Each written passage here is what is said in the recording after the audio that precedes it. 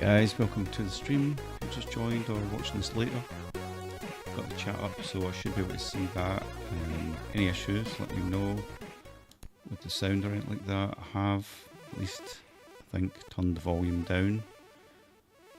The music in the background, and my voice seems to be loud and clear hopefully. So wearing my trusty t-shirt that I could have made myself. Let me just fix this camera. It's a bit cool there. But yeah, I made this t-shirt.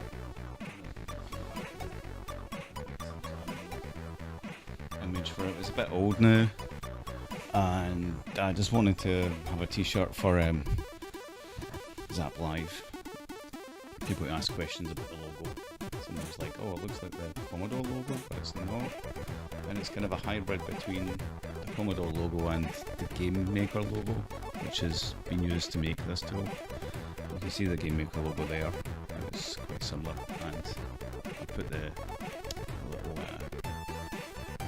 diamond chicken lips logo up there. I was hoping to use like official logos, but it feels better that this has got its own identity and stuff like that. I've reached out to see if this software could be on Commodore's official page as well. Right, so I guess I'll just wait for some people saying hi and stuff like that. I've just broadcasted posts here, there and everywhere. And just playing some music in the background. It might run out. I've got a nice little playlist that I've kind of made here on YouTube. It's got Wizzball, Atta, some Zara, all that stuff. So it was a good, I don't know if it tells me the duration, it's at 25, 30. like about an hour and a half's worth of music or so. So that might be a good amount of time for a decent stream, and then I'll take a break or whatever, I'll keep the stream running. Most of the day I've got freedom.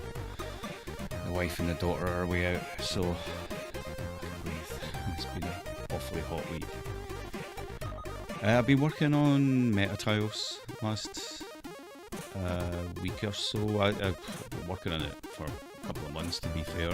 I got it started, and because it wasn't finished, people were like, why can't it do anything? So I just disengaged the button for it and did some extra work to it. But it basically supports up to 4x4 meta tile sizes, but I'm going to extend that right up to 16 so that matches Carpad. Carpad's a great tool by Subcrest software that I totally recommend, but the goal is to eventually, you just work in here, it does all the same things hopefully. I kind of want Dev Machine to be a self-contained package, all except SID stuff, which is, I would tackle that if there was nothing else to do, sort of thing, because it's quite complex and I might use a different tool for that. But Goat Tracker for me does the job. I say I'm just waiting for people joining, but you'll see anyone will. There is a Discord channel if anyone's wanting to know. This is where I do all my dev stuff, so anything I code in the Windows version I dump into the Mac. So these are log channels, so a dev. So I'll develop in the Windows one, dump all the main scripts in here, just copy it. I've got a record of everything then. Once I've got it working, I just copy it into the Mac version. It's two separate builds because there's just so many little fussy things to do with keys, to do with the file naming, to do with extensions that GameMaker just wouldn't build if there was a Windows-based extension there. It was flagging up because it couldn't, I don't know, code sign it or whatever. And it was just a lot of hassle. So it's easy enough for me just to copy and paste stuff over. It doesn't take long. It takes much shorter than I thought. Did all the meta tile stuff, and I thought, okay, it's going to take me a day to copy all these updated scripts. But it took me about 2 hours, so I'm quite happy with that. And then I kind of rushed it out, and there was little things to do with the Carpad import that one of the users caught. So there's a whole lot of training videos on it here. If you go to this Dev Machine, there's a lot of the very basics, just using it. I don't want to kind of reiterate all that stuff, but I'm happy to answer questions. I mean, there's no point in saying that now when no one's here, but I guess you can leave a comment. I'll talk about the things that are on my mind about this tool and how it's compared to certain tools, right? And kind of why I made it was like I'm quite comfortable in GameMaker making tools. I know the language. I've used it for probably 20 years now. That started as drag and drop. I don't know if anyone's used GameMaker, but it used to be you would drag and drop these little icons, and I was inspired by that. I like that kind of workflow for getting into the swing of stuff, but you really want to then be like, okay, I need full control. I want to do code-based stuff. But it's just a really nice way to bring into it. You can make stuff fairly quickly, so you feel that reward. Now, I think I posted on YouTube or something last week, like how fast can you code in Dev Machine, and I was using my phone and I'm like trying to drag these mnemonics over and stuff, and like, okay, and trying to find, the mnemonic for it, and being a bit clumsy about it, but there is such a faster way. Right, so this is going to do the same as that, but it just changes the colour of the border. Right? RTS just goes back to basic, but that's fast coding, right? But if you're fast at typing, you can just type it. You can use a code block. Now, not everyone has the paid version of this, so they won't have access to the code block, and I just want to show you at a slow pace how quick can you code in this compared to when you're daunted by just a blank screen and how to text in this and open up a manual and then figuring out you have to have a start address. I'm talking about like, you know, one of these IDE, text-based IDEs like assembler or C64 Studio or Commodore 64. I don't know, they've got all the different names. I've never really delved into them too much. But you know, the idea is that it will coax you towards that, it will lead you towards that. So it's kind of like a gateway. Someone's like, you know, why not just hand code it? It's much faster. You know, this is pointless. It's not pointless if you're a complete beginner, right? It's pointless if you're experienced and you use a different tool. You don't have to use this at all. If you're making games in another tool, you don't have to use this. It doesn't replace those, it's just another avenue. Right, so that kind of bugged me when someone just like was kind of writing it off like Scratch or writing it off like, you know, just text it. That's, you know, it's fine and dandy if you know what you're doing. Like I said, go back to Game Maker. I started with the drag and drop stuff and it led me into wanting to do the code stuff and I learnt it, right? But it took a long time. But it was just nice to be able to get some quick result. That's why these macros are all here. You know, how much code is there in a SID setup, for example? Right, if you hit F2, you're going to see how much code's in that. Right, I'm not going to ask a noob to try and code all this. Right, and what I did was I resourced it, tweaked it until it did what I wanted. Right, but that's what this does. Right, it sets up an interrupt. It clears the interrupt. It actually sets it back to the non-unlocked mode, so it's got an interrupt for that because of the kind of interrupt it is. And there's loads of things in the manual that I'm picking up as well. Like, there's a lot that I don't know, so I've resourced this but not really fully understood it. Like, there you go, there's your interrupt vector, right? 314, 315, which you sort of get through this mode as far as I remember. And yeah, and this goes back to the CIA or whatever it is. This is calling the music forward and things like that, but nobody would understand this, right? It's music start and that's the music advance. I do want to like comment all this stuff inside here eventually, or have a little info block here where it can show you what it means. Again, it's fine and dandy if it just populates all the code there, but if you don't know what it means, it's kind of redundant. It'd be better if it had comments alongside it, so I don't want to do that now because I did that in the beginning and things changed, and then I found myself, oh right, that comment makes no sense anymore, that routine's out, I've refined it, you know, made it work for more different SID types. So you can see what it does, but you might not understand it, right? But it's just so nice just to be able to go plop. There's your music sorted. Right, instead of sweating and like, how to get this code to work, like how to set this up. You know, everything should kind of work out of the box and be a bit of a time saver.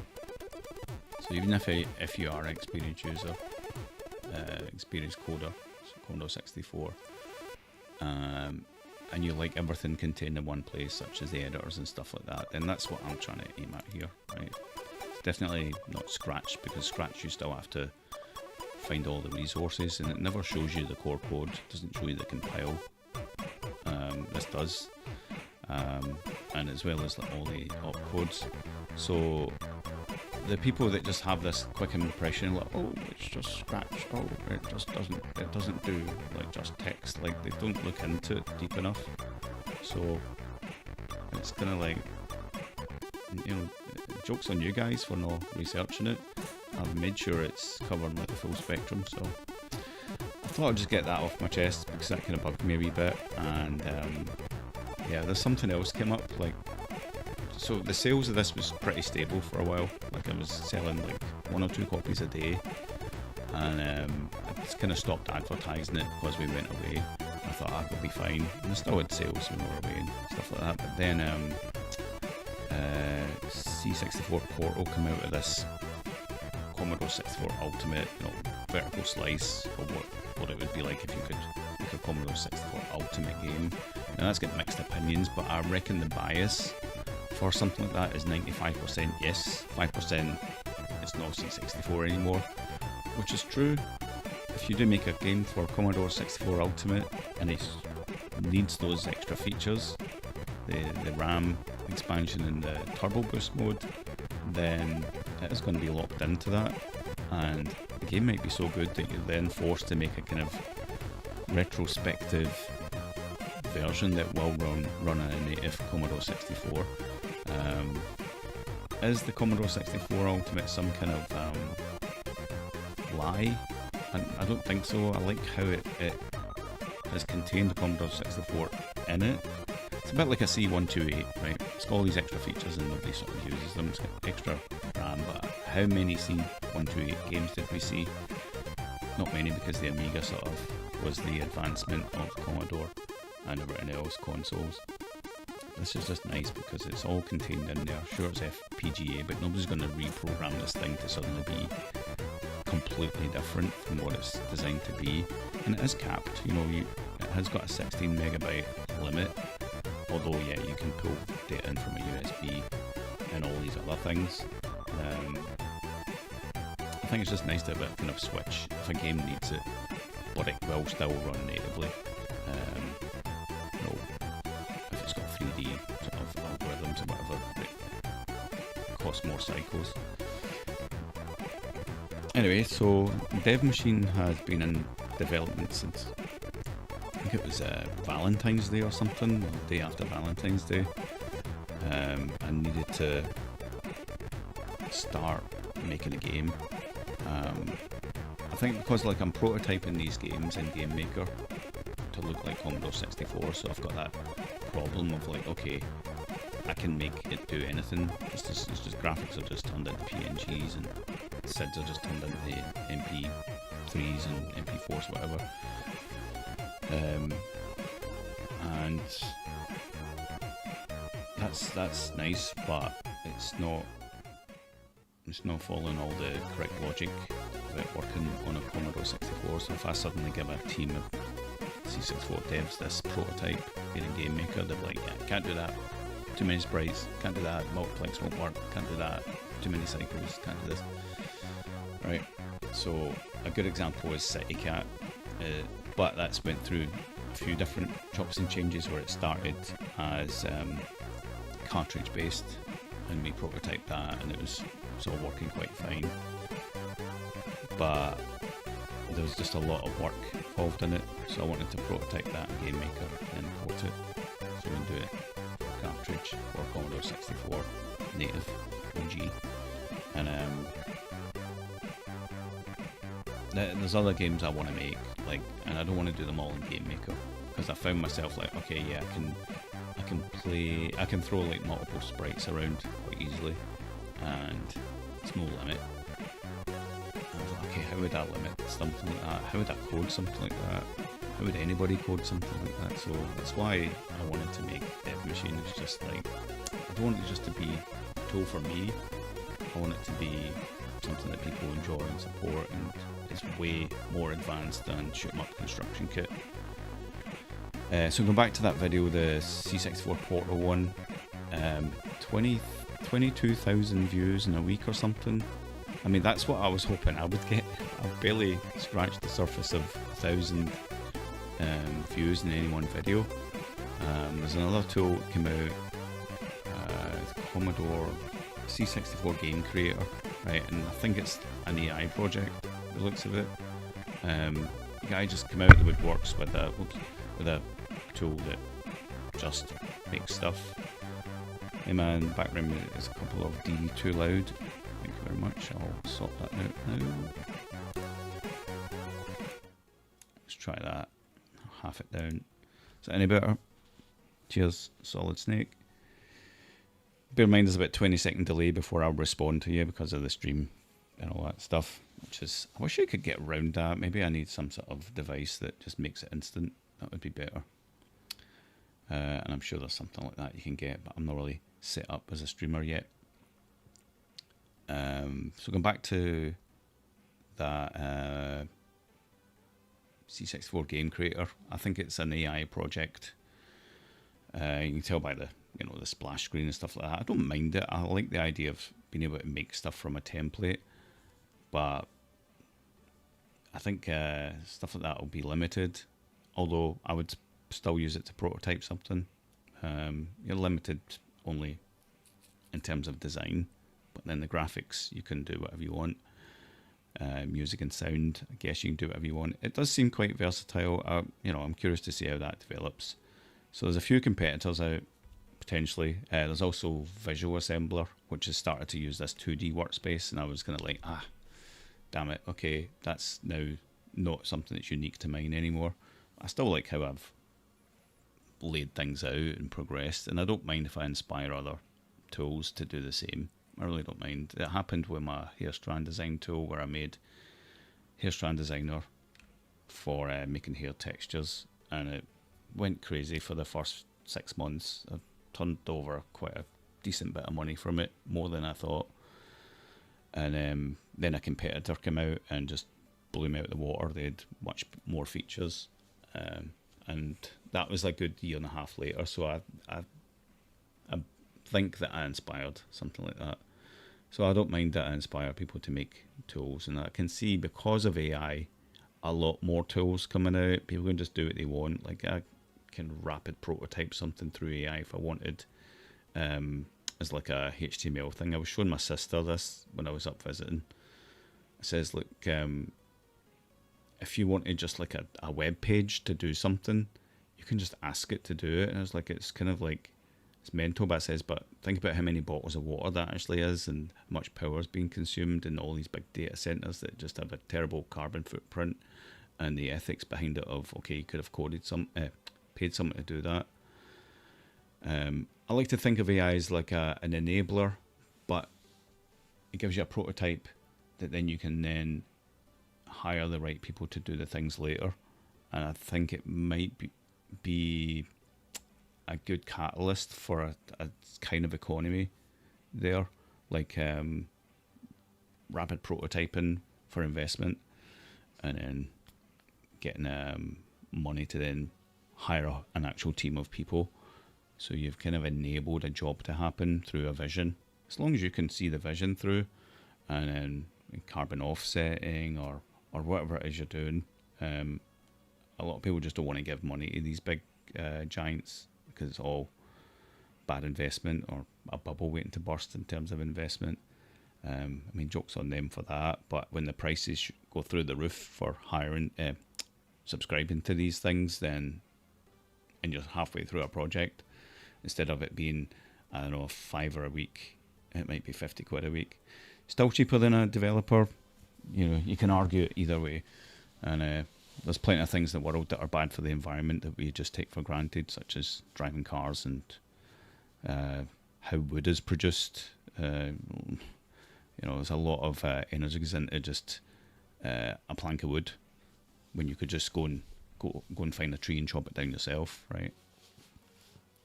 It's just the way the whole world is, and I don't know how some things get made so cheaply. Some devices you think that should cost a lot of money to make, but it's affordable because it's mass produced. But yeah, so I've waffled on a bit. I'm just waiting on people appearing. Is the sound better now, Solid Snake, or are you still here? Don't know how you can find who's here. I don't expect a lot of people to show up because it's Sunday morning. But it was nice to mention the music's a bit too loud in any case.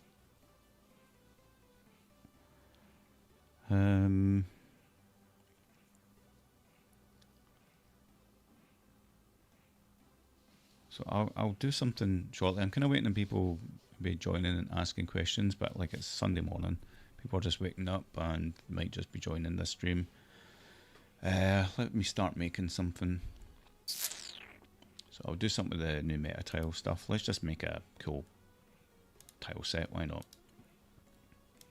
That'll get people inspired to come and join. Did I need to copy the ROM? Not really. Right. Platformer.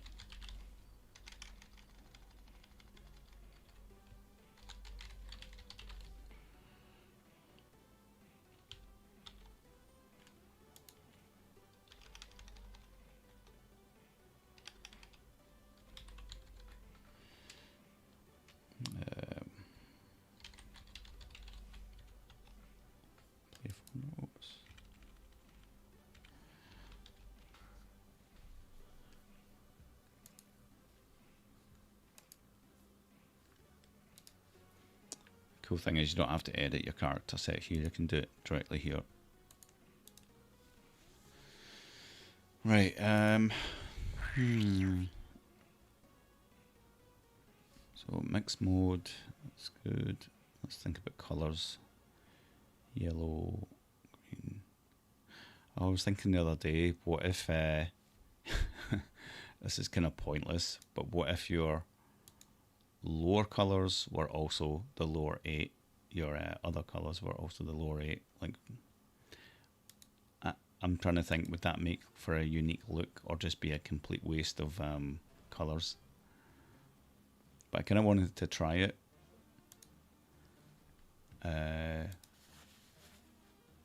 Background black, white, purple, green, yeah. So let's make something up with that. White, character MC. Let's do something. See, that white and that white makes no sense. Let's go for that as cyan. What's going on?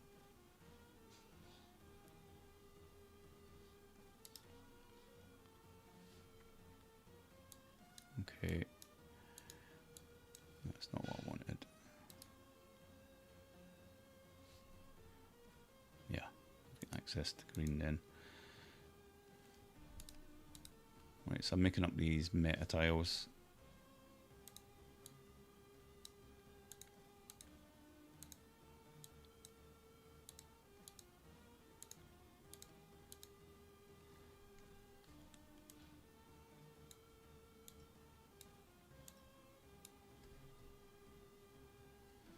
And something I was want to kind of demonstrate here was you can do this and have an override color,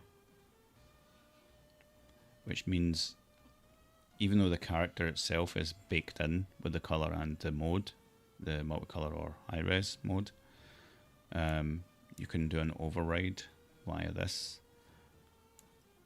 And I just want to make sure that still works. But it does cost you another meta tile. That's the only thing, but it's still, it's quite a good way of getting more out of it. Green. Oh yeah, because I changed the character, so you do it up here.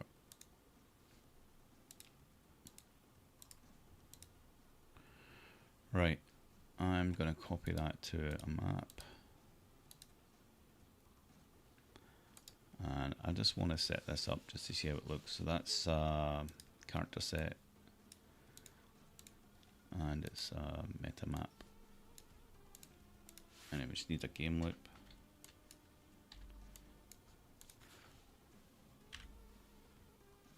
Let me make sure it shows correctly. Yeah. Nice. So the question that often gets asked is how would you make a platformer game? So I will make a basic little character first. Sprite set.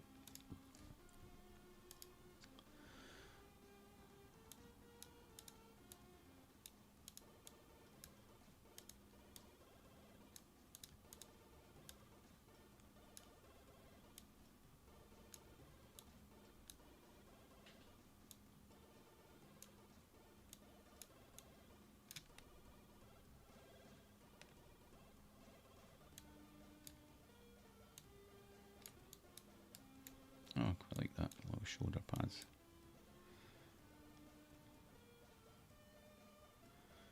Right, that's my sprite. State-of-the-art graphics here. And I will make sprite macro. Let's just see where he's going to be.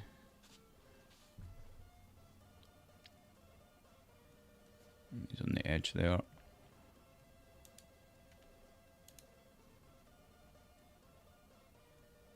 Oh yeah, a thing I was looking into was the collision macro to sample more than one point. Or a line or something. But I don't think I finished it.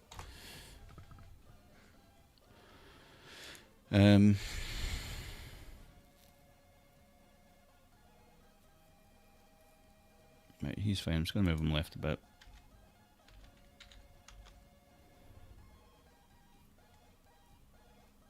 Alright. And what I'll do is mark them with spacebar to give it a tile 1 type. And if I do T here, you can see they're all T1s. And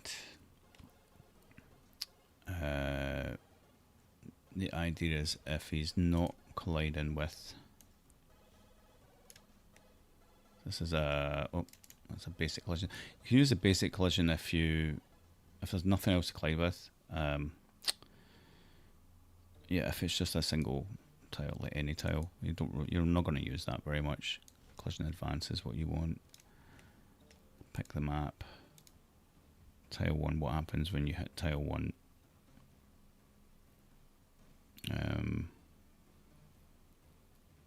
I guess you could stop the falling.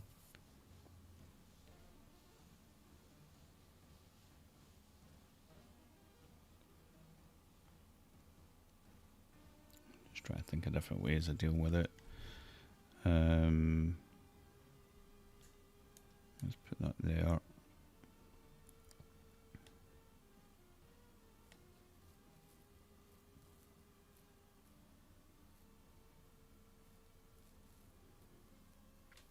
This would be in a loop.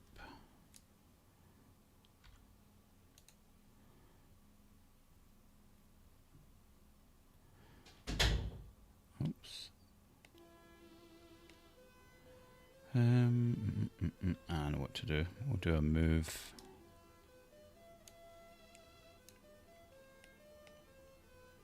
So we'll make him fall slowly.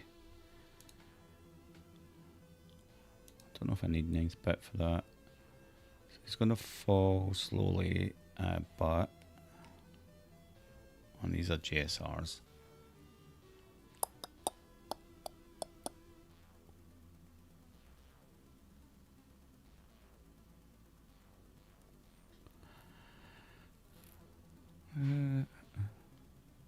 Banging noises.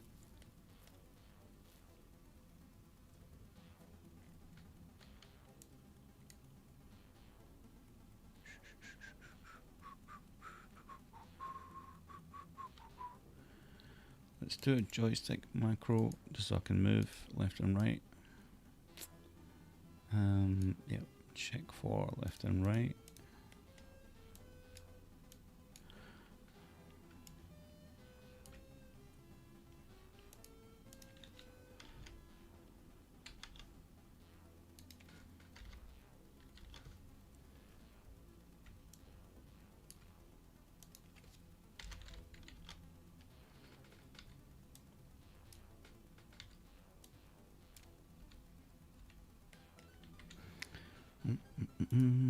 Right. Yeah, let's save that actually. Devs.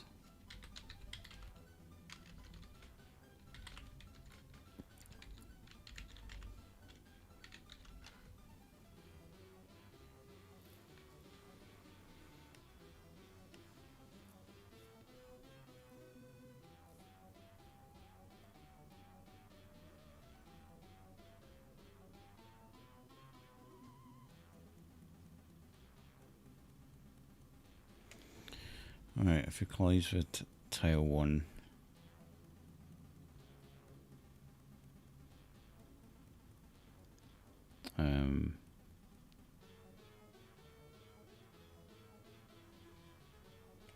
I guess we could interrupt being able to move. That doesn't make sense. No. I'm just going to test it because I'm not really thinking about it. Yeah, it just keeps falling. The V-weight needs to be put in. It keeps falling.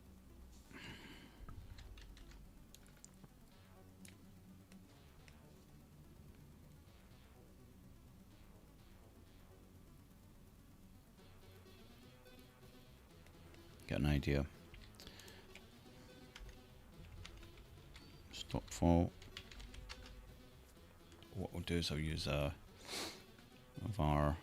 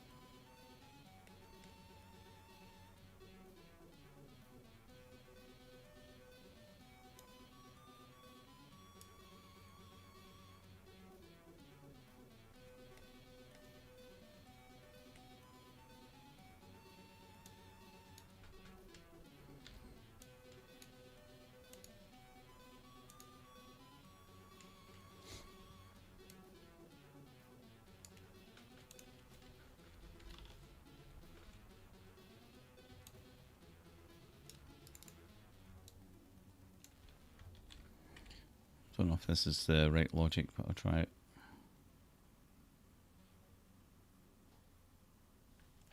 No, it's just falling through.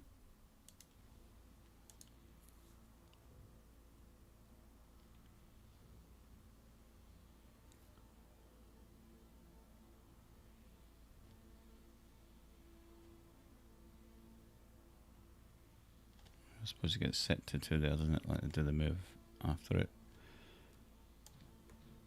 And try that.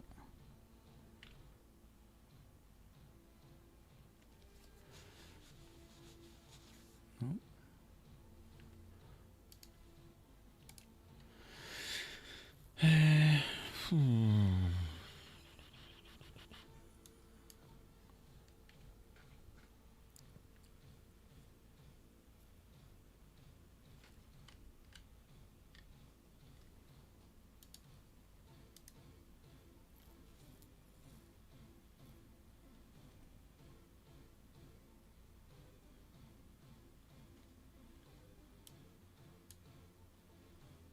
Move down.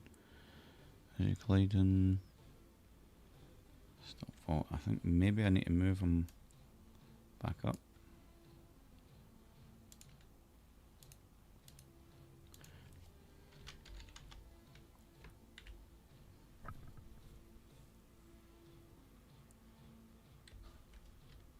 Yeah. Oh well, that's a hack that works. Right, that's the basics. Let's do jumping. Jumping I would do as an animation, which you can set up first.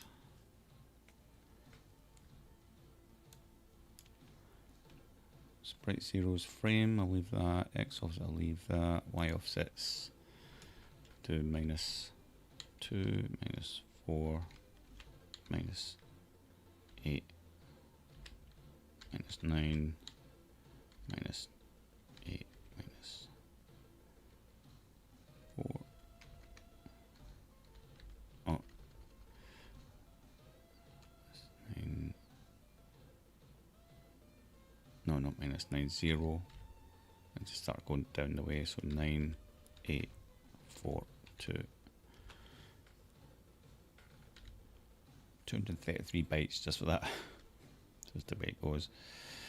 Right.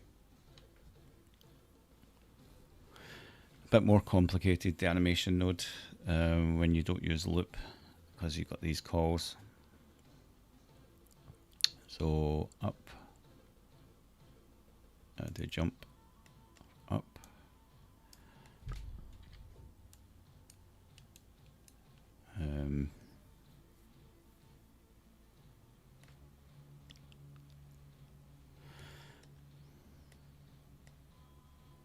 I'll figure this out in a minute.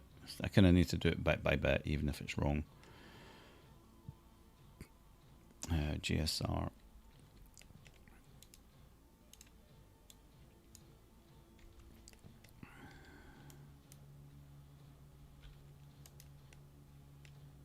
So I should be able to jump once, I think. Ah, that already triggered. Why is that?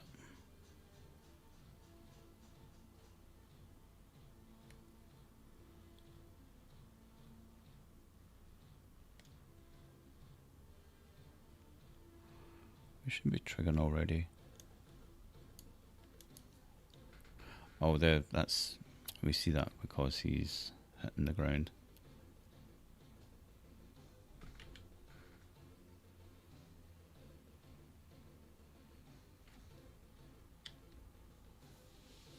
Okay, that kind of worked.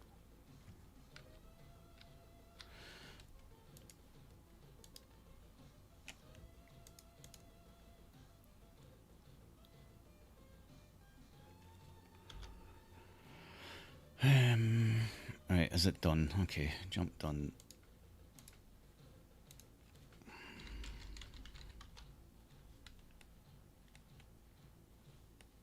You're gonna emit to jump done.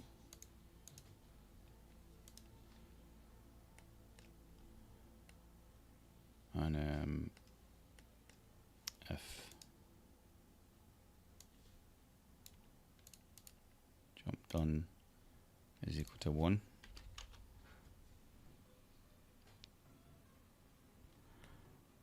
we'll go here, reset jump, jump back to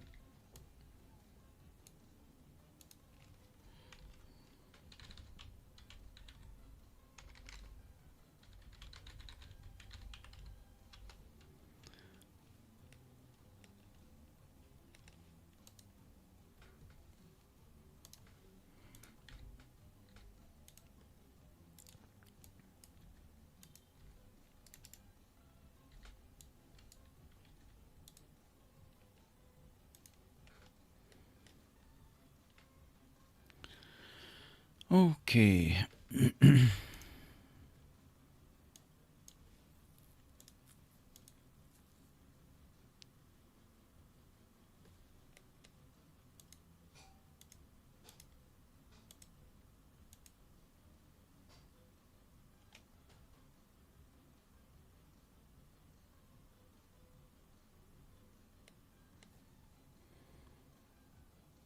I think that's it.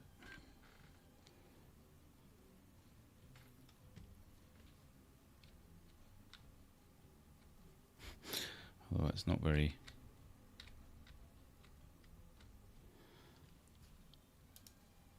Ah, okay. That's what we need. Press up. It shouldn't just JSR the animation. It should set a state. It is jumping.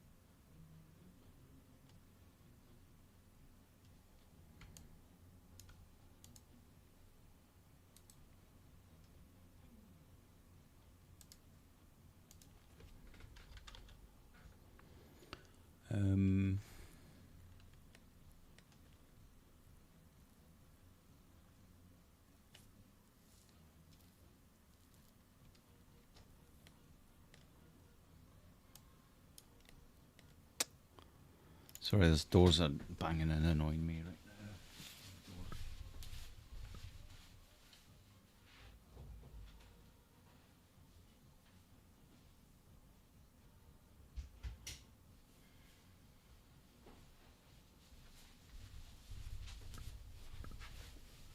now. It's just the wind getting through the house. Bum, bum, bum, bum, bum, bum, bum. So I'm going to set a state up as jumping. If you're jumping, that's when we advance the animation.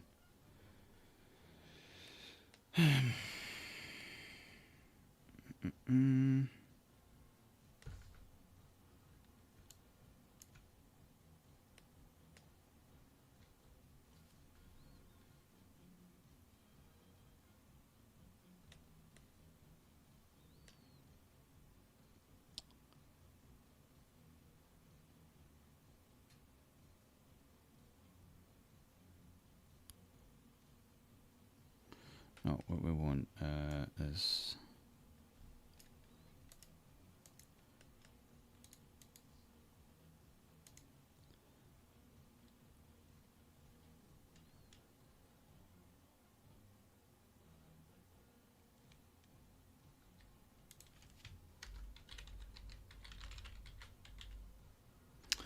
no.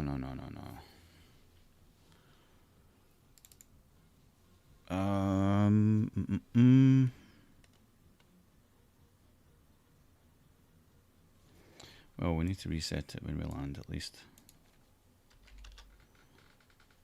I don't want that, so you push up, sets the state to jumping. If we land, it sets it to 0. That's jumping, and then if we are jumping,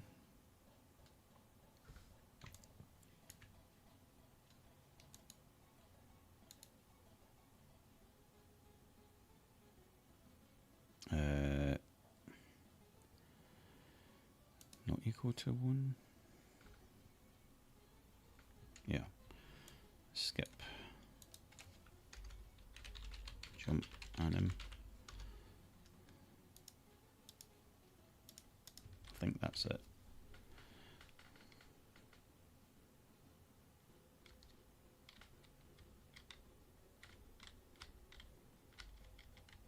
Right.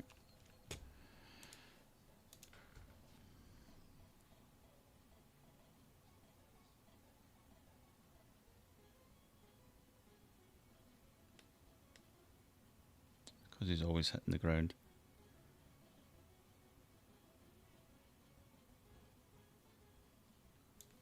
Try that here.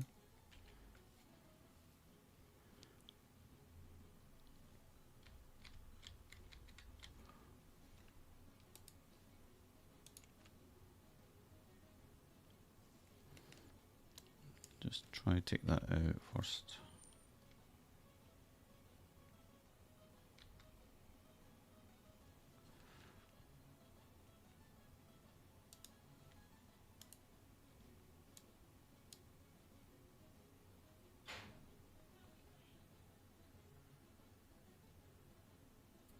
Sorry, just distraction.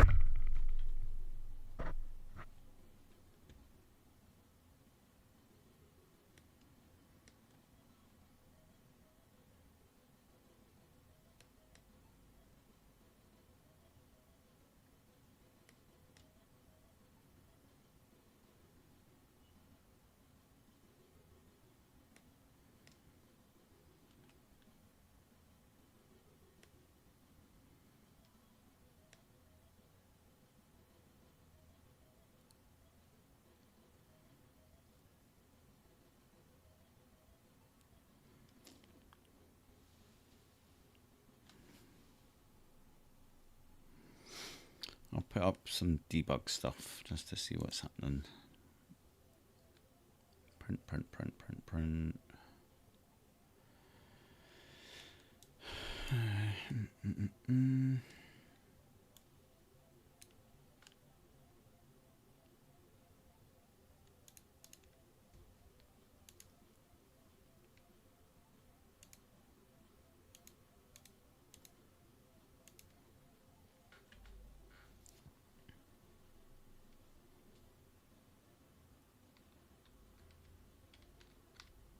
No, that's weird. Why is that not shown?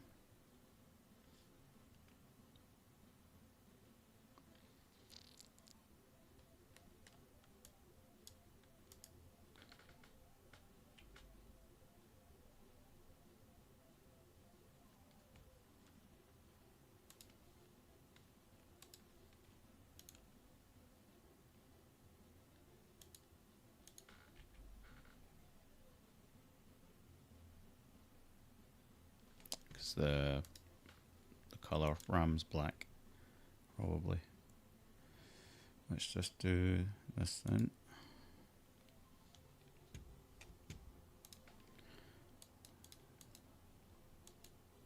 Let's put in some tiles up here.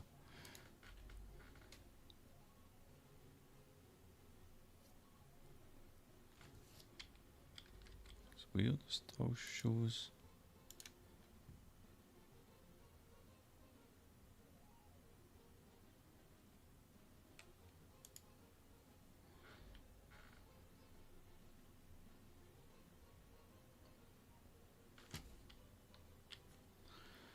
Interesting.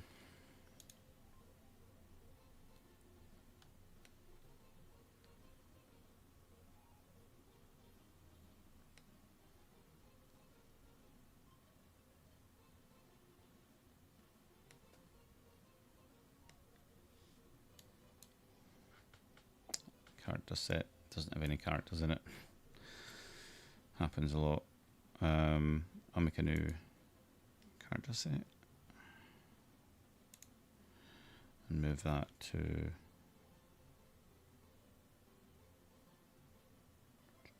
what's that? It's my sprites. Let's do 1800.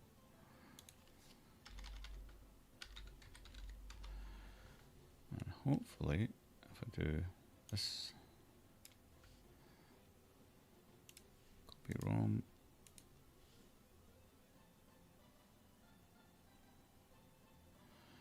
Let's remove rows. So I only need this stuff. Do that, print that, and then switch it back after the V-wait. This is silly. I don't think it'll work.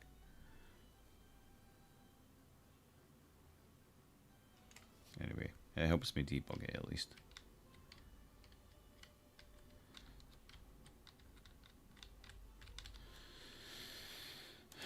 What was that I'm checking for again? Do you know what I'll do? What character is that? It's 48. I should be able to do control click.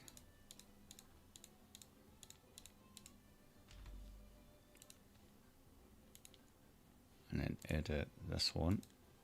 And then it's flashing already. Oops. There we go.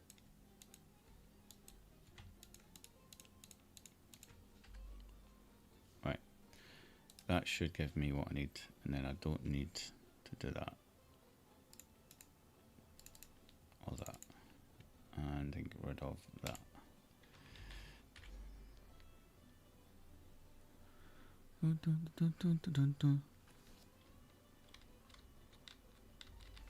Right.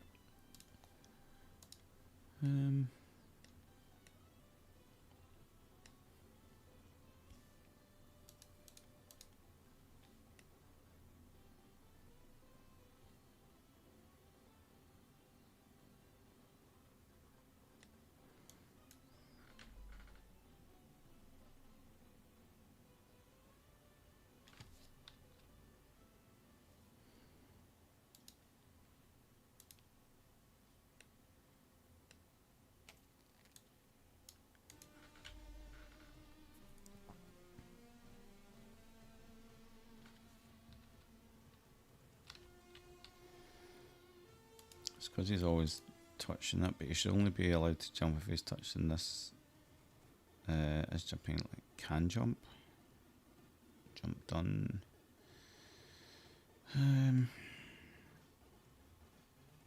Is jumping equals 0? How do you make it equal 1? What am I doing?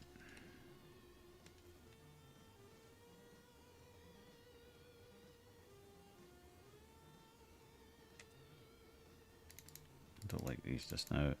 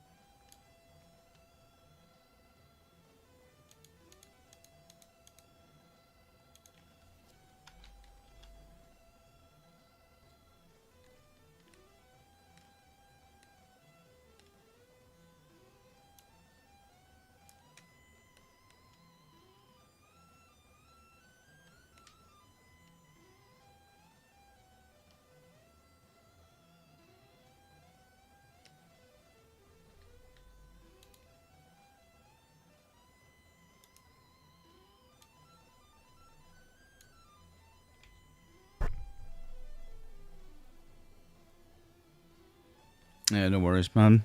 Yeah, the next step is to make the meta tiles go up to 16 as well. X and Y, or width and height.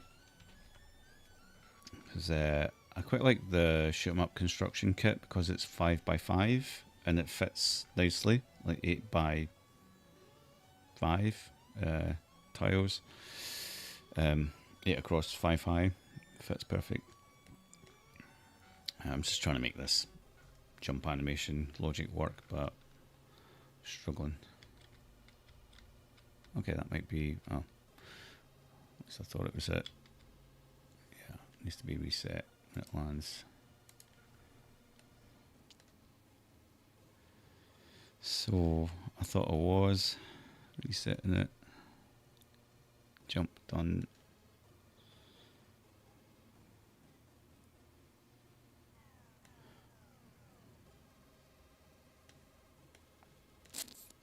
Reset jump.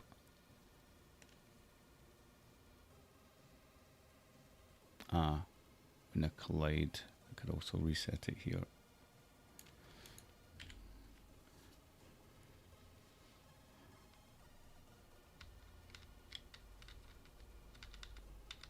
It's resetting right away. Need to move them up a wee bit, potentially.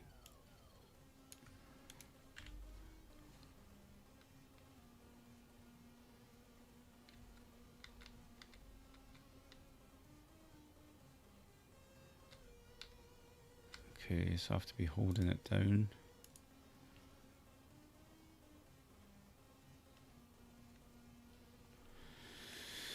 Why do I have to be holding it down? Because it's getting reset when I'm not.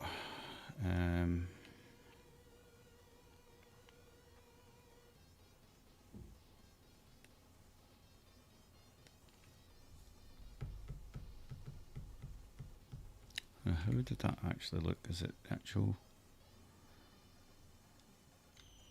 Yeah.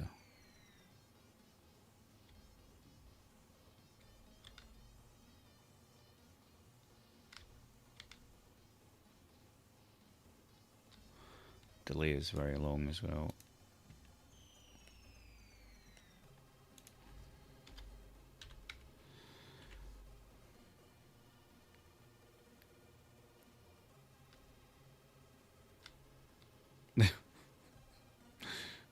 Boing, boing, boing, boing, boing.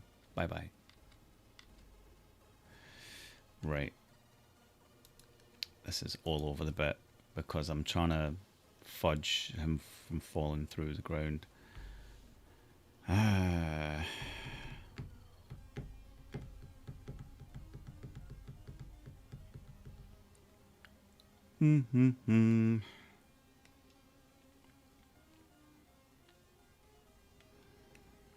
Jump done equals 1, reset the jump, animation reset, that brings the animation back to 0.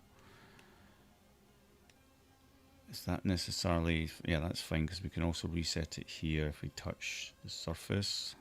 I'm just going to try that there. Yeah, I don't like the fudging of the movement.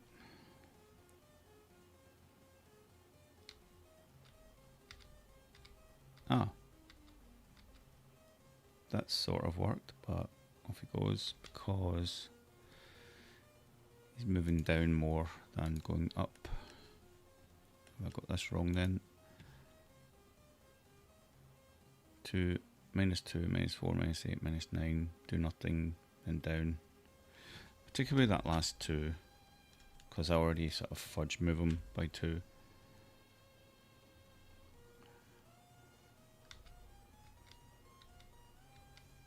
He's moving down too much. So let's make that -2 then. Because he'll fall anyway.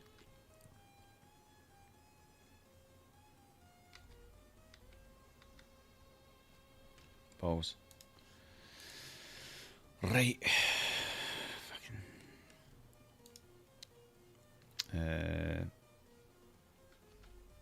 Let's try and move him up a good bit. This is all fudgery. He goes through it and back up. That's such bad coding. Right. Let me just return this to basics. Let's just do a -10 and 0, 0, 0 and a 10. Right. He'll just go straight up and down. Because I want to see what's moving him.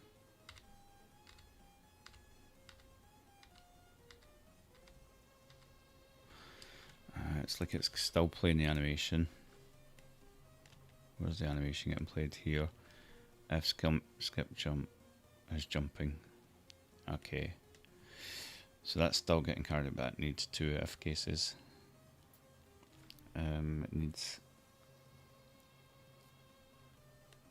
is jumping and also if the animation's not done or something. Fudge.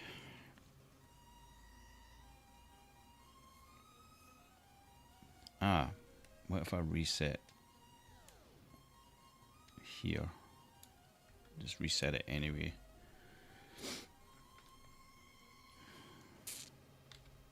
Okay, yep. That's not good.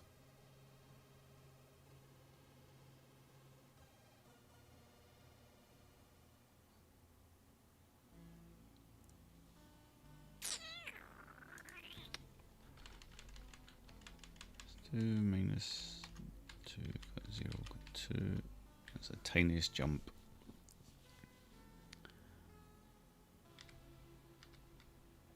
Okay.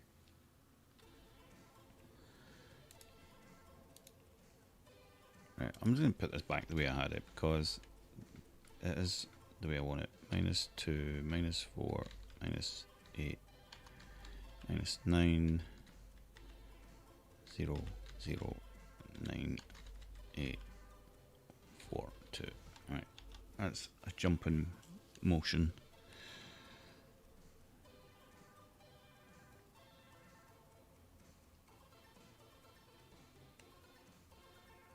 So he's been made to move down with gravity, which is moving him into the collision point. So when he collides, it's moving him back up to the contact point based on the gravity that would have moved down. Also resets the jumping animation if he was jumping. Does that reset his movement? No. Might need to cache his position.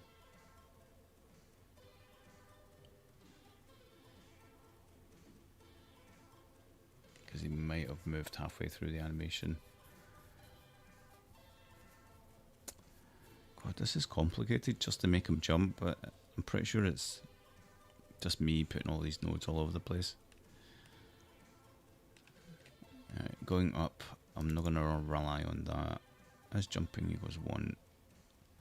So when does jumping equals 0? When he's touched the surface, or when stop fall. Yeah, touch the surface, or when the animation's finished, which is the send to jump done. Where do we check jump done? Here, resets the jump, and that resets the animation. And I should be saying as jumping equals false here as well. Maybe that's the problem.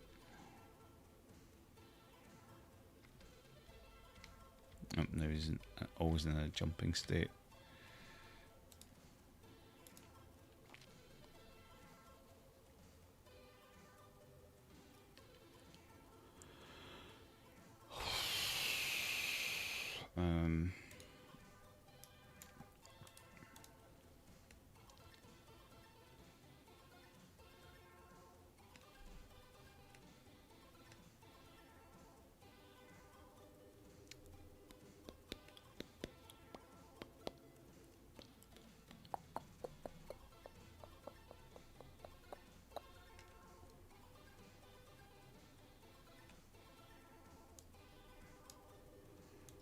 Does make any difference? Dun, dun, dun, dun, dun, dun, dun, dun, dun, dun, dun, dun. Right, wait a minute. Let's try without jumping. Okay. Where's it gone? Oh, of course you can land halfway through stuff as well.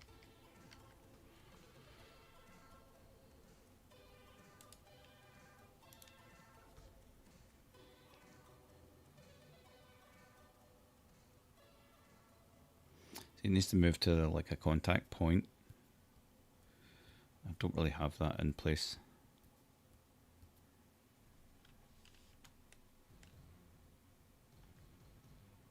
I got the type and location.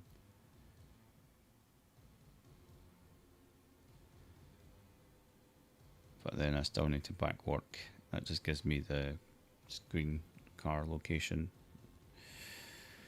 I wonder if I need a kind of difference between the contact point and the tile emitted somewhere to another var so you can shift them back up.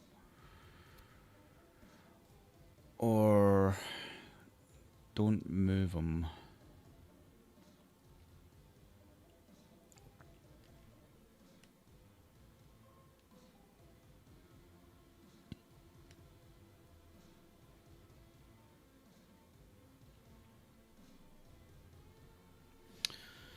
Or bump them up high enough. That'll look silly.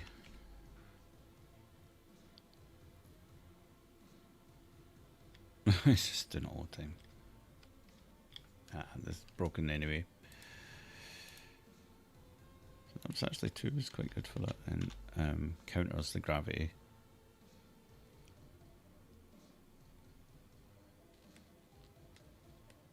Reset jump is not happening.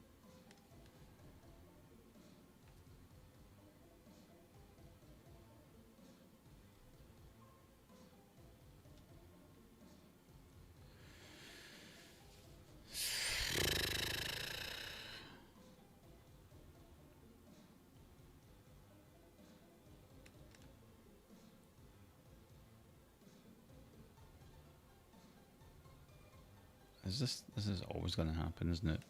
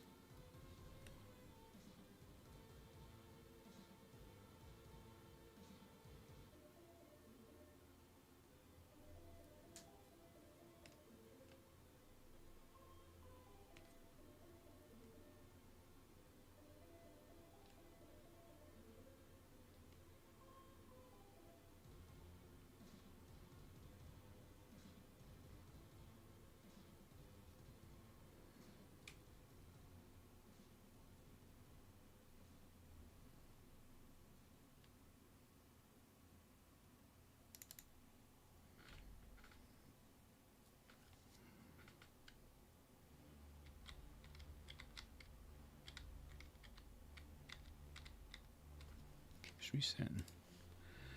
Resets because he's touching the surface. Which makes sense. But so making him fall into the surface each time. Oh man.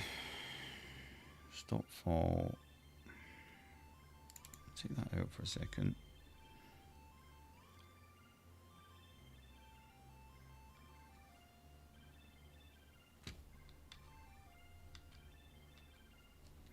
Nope. Try a bit higher.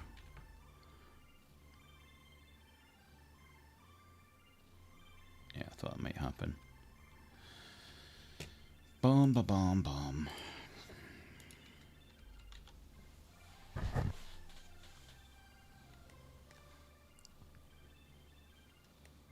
It's touching the surface, it's resetting right away. So I can't jump.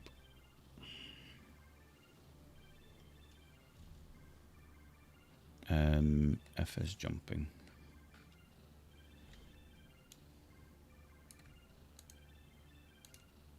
Equal to 1. Then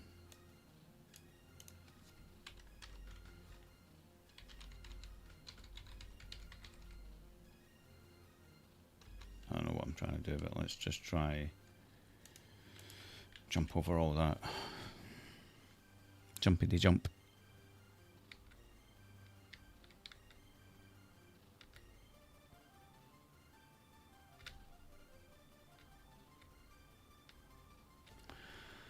Ah. Ah.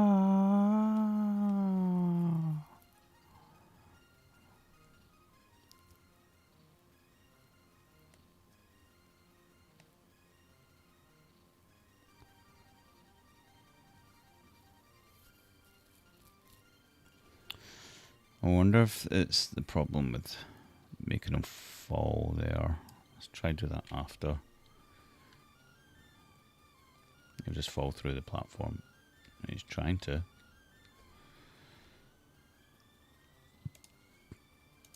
Yeah, I'll put that back.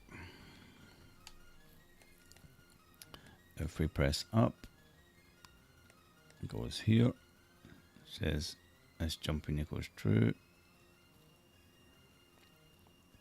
You should only do that if it's not already true.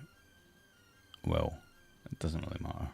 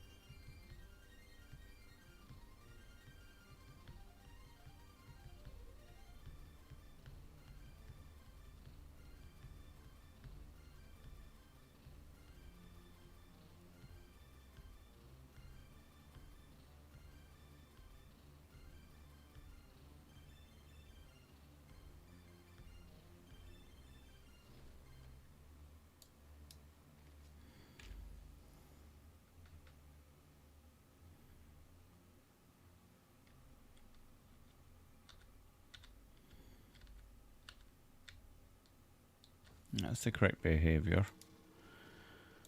So it's to do with this. Let's try put that there. That might be it.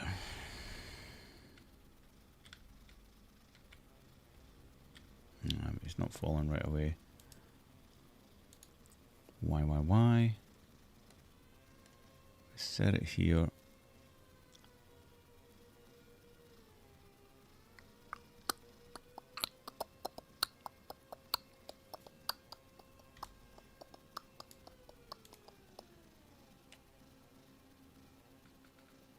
Why have I set it to 0 here? Reset, skip, reset, fall. Is that the right?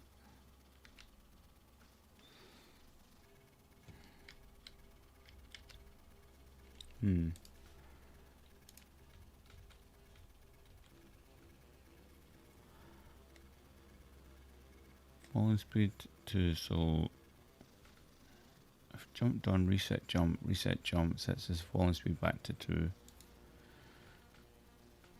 It's touching the surface, therefore it stops them falling again. I'm fighting with it.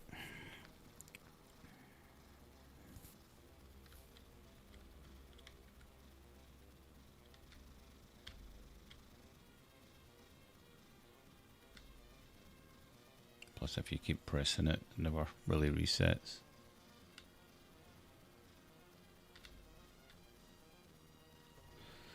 It's forced to go down 1. So, what's moving them down? That's the gravity. Only make him move down if he's not falling. If he's not colliding with something. How do we do that? Well, it moves down anyway. And if it collides with something, it moves back up. Let's do that first. Oops. Is that wrapped in a... Let's try that there.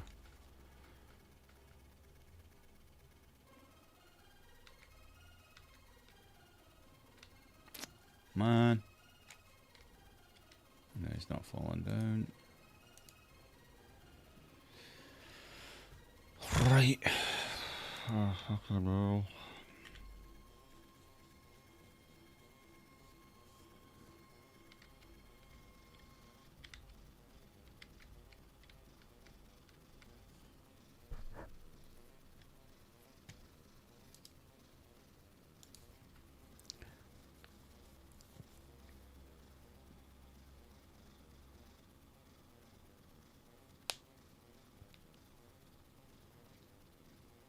There was a way to collapse node, like make nodes smaller temporarily, like maybe a button just to make, like, because these big nodes, they're kind of a pain when they're fully expanded like that. I mean, I could probably do it with a button.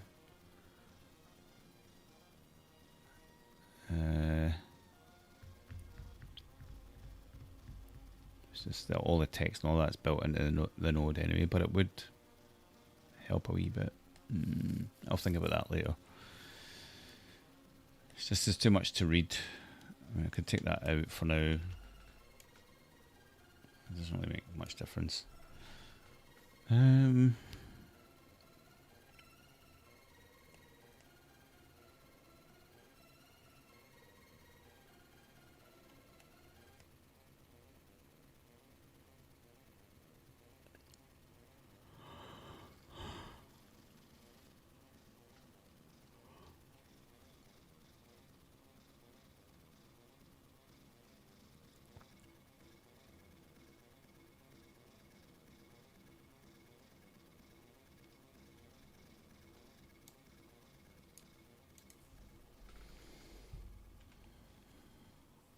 Don't think this will matter either.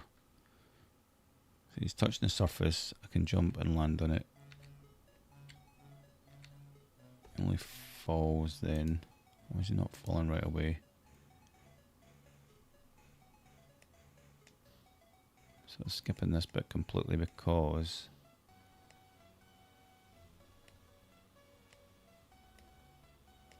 something's moving him back up.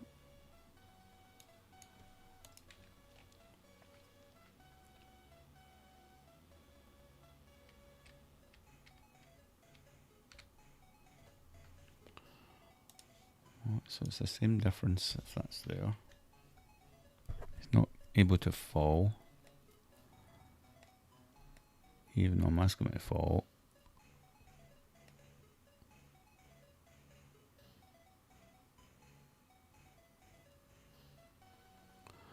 What else can I debug here?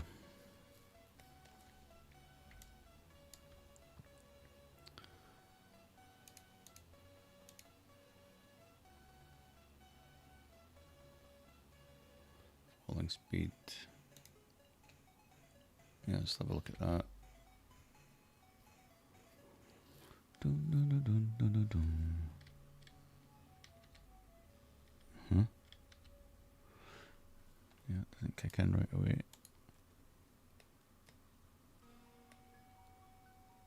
Right, so I'm resetting it there. Let's just take that out.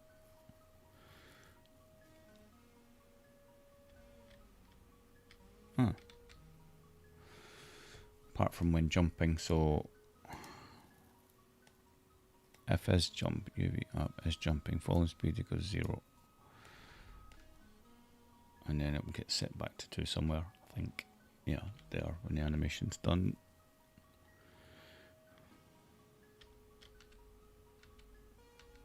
Yeah, he's going down a bit too much. So I'll take away that 2. Because I already make him fall again.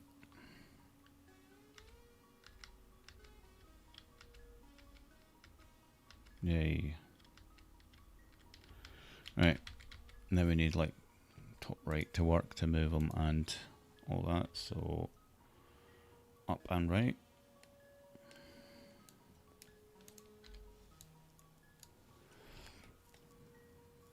Up R. We'll do what we do for right here and up these. RTS. Let's see if that works.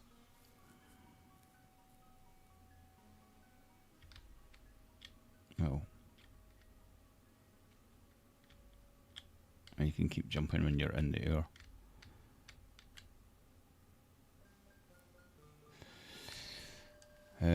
How do we not allow for that? Only when you're on the surface can you jump. So can jump would be based on this. Stop fall. Can jump. So another var. Can jump. I'll initialize that. That one. And then we kind of want to reset it there. Can jump again. And also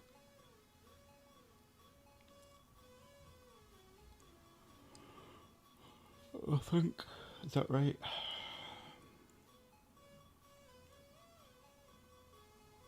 Only do that if you can jump. So if node can jump is not equal to if it's not equal to 1, skip can jump.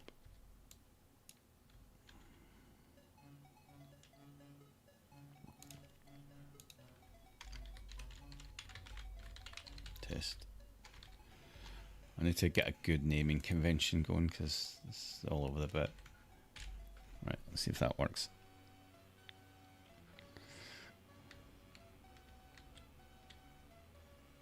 Boing, boing, boing, boing. Right, I'm reset the wrong bit. Can jump equal 1, can jump equal 0, where are you?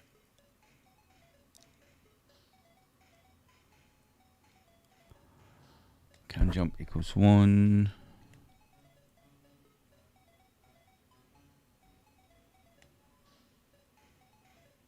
Oh, I don't actually do it. If can jump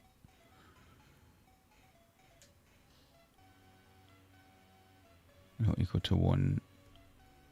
So what resets it? I think I need to reset it here.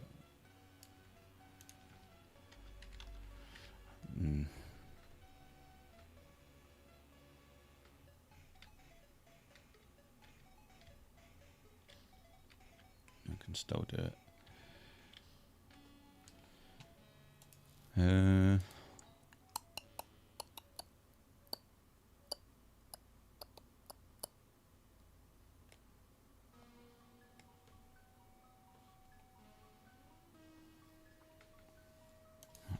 It's supposed to be 0.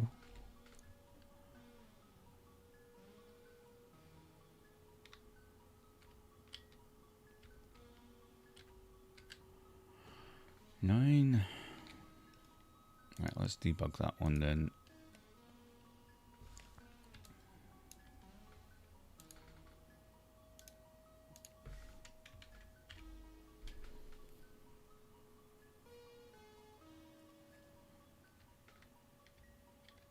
It's always 0.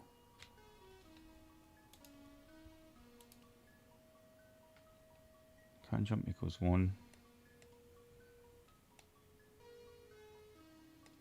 Get reset there. Let's take it out there. Okay, equals 1.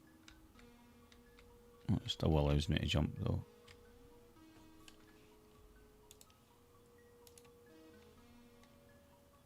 Yeah, equals 0.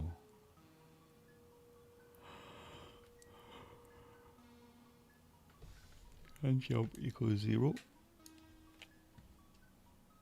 And set jump. Can jump equals 1. What resets the jump? Oh, it's just spaghetti.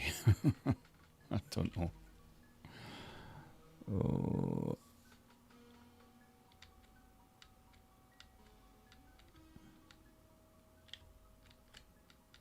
No, well, that logic's not right. Can jump. Yeah, it never resets. It should reset when the animation's done. So animation done. What's that again? Animation's done. That's UV jump done. UV jump done. Reset jump. Reset jump. Can jump. Yeah, you go 1 again. Yeah, but that's shouldn't be the case.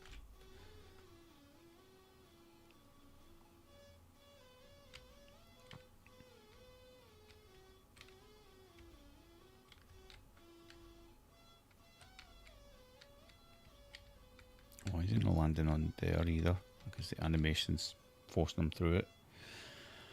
Oh, God. Jump, jump, jump, jump, jump. Jump around the code.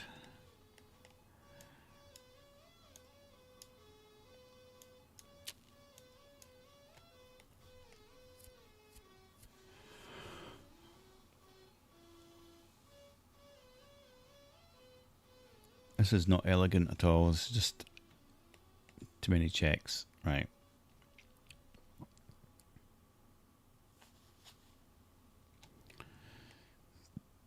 And what if you hit a surface while mid animation? It should reset. It should be landing on the surface because it's going to hit there. And it's going to call stop fall. Stop fall says if it's jumping equals 1. Maybe that's a bad idea. Skip, yeah. We don't want that. You want them to stop regardless.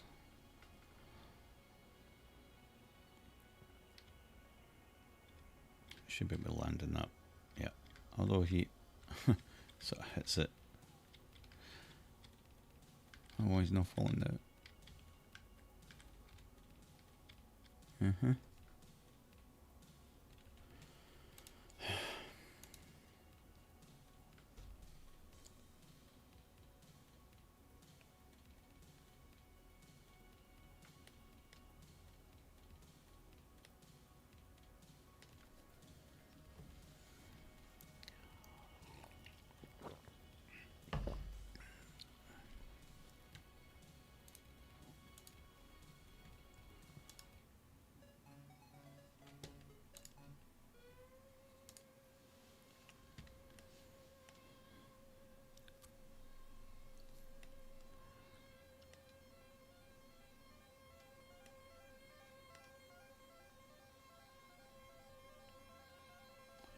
So resets the jump if the jump's done.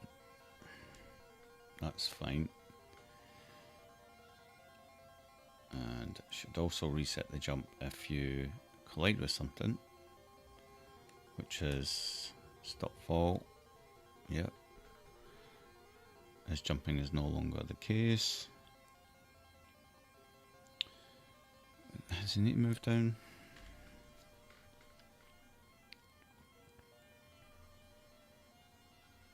Oh, that's moving him back up. Yeah. If I take that out there, and you know, that's to counter gravity if he's touched the surface. So many sides to jumping and platform logic. It's crazy.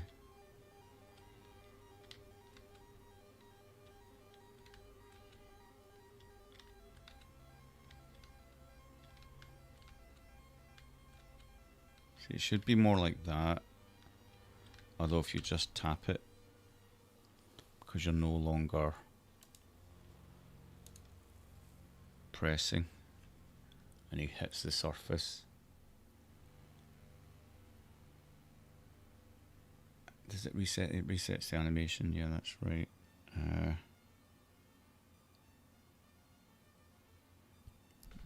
But the state changes with that. There's a few different states change.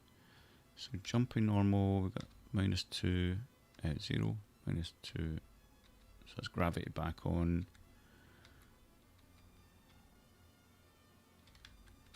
See, gravity doesn't come back on then.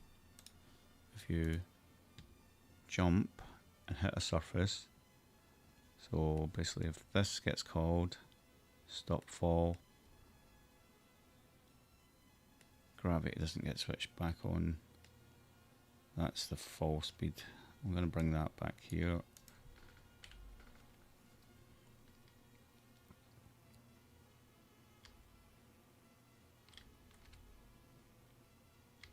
Okay. Alright, okay. So both of them work now. It's like you land and jump, that's fine. That's fine. Right. Oh shit. I can still do that. Boing, boing, boing, boing. Oh my god. Right. Why doesn't he just fall?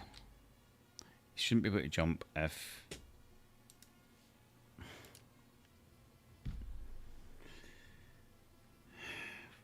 If the animation is ended, doesn't matter. If the animation's done,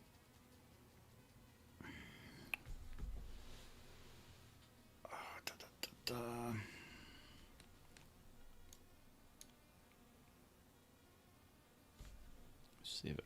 Making actual progress though. If the animation's done, basically you need to re-engage the jump. You shouldn't be able to hold it like that. Can jump. Oh, that's needed for... Here's... Oh, that's just floating in space. That's not even inside there.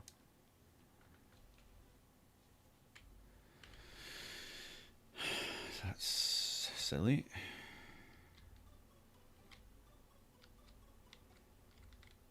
Oh, and that doesn't re-engage now as well.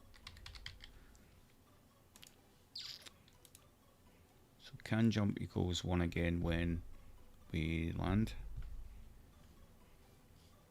Can jump equals 1. Let's put that back on there.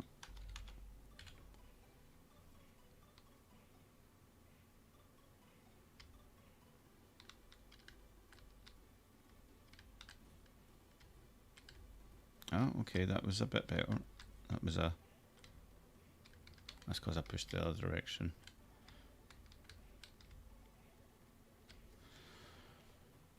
So you're still jumping because...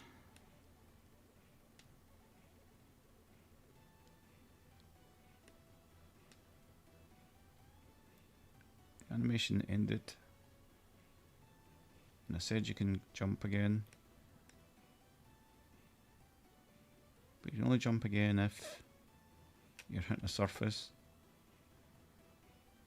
So we need a new var, I think, on ground.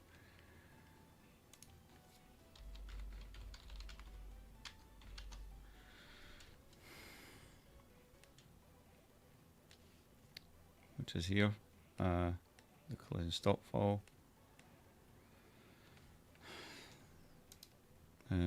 Set bar.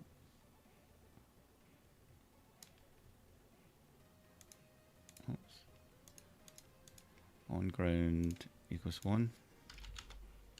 Let's preset that to 0 or 1. Start. It doesn't matter. It should show as 1. Let's debug that one.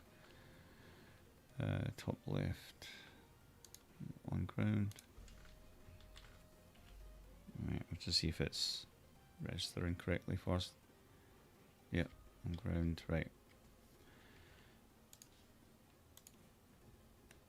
So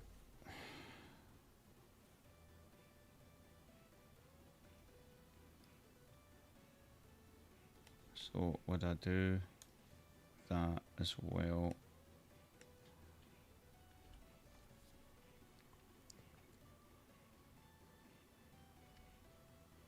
Yep. Okay, that's useful.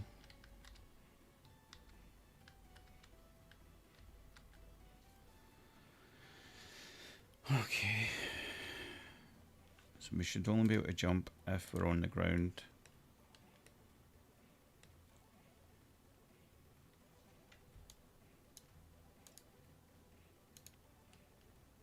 If not, equal to 1. Yeah, also skip jump test.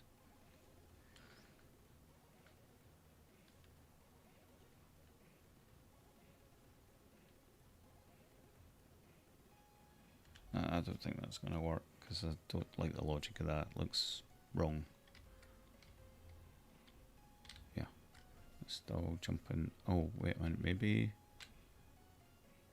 Okay, that was actually fine. It's just because I don't have all this logic in the upright. That's fine just to jump to that. Oh no, this is already RTS.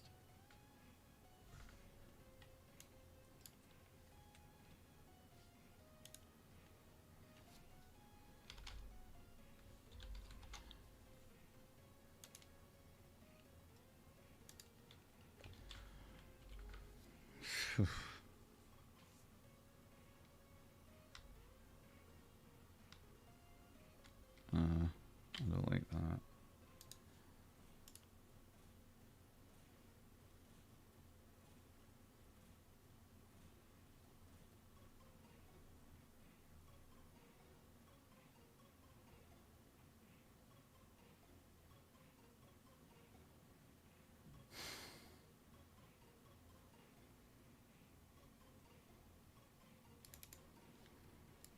I mean, the logic's sort of right, but it's sort of not as well. Fuck's sake.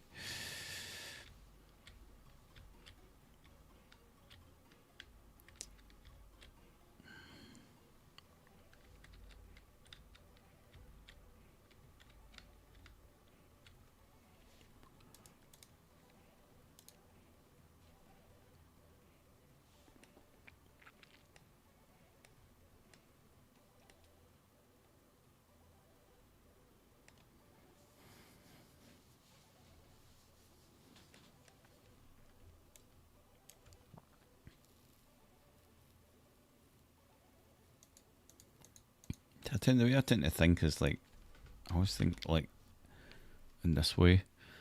If on ground is equal 0, he's not on the ground. I suppose that's what it's supposed to be.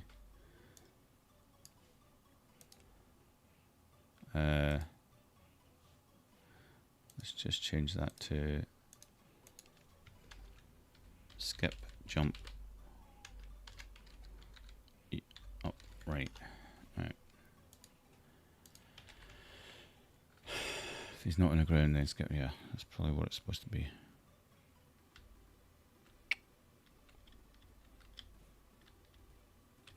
It's not letting him do the actual jump.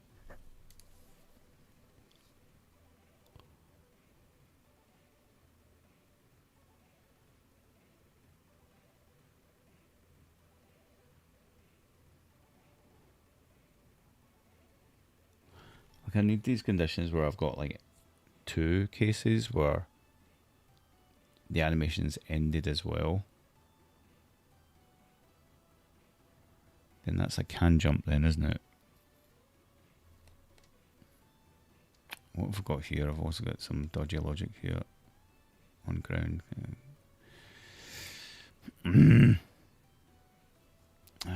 I guess I need the same thing.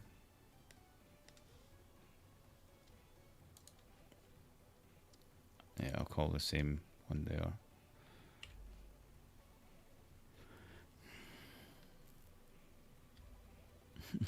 Still not it. Let's try to take that one out.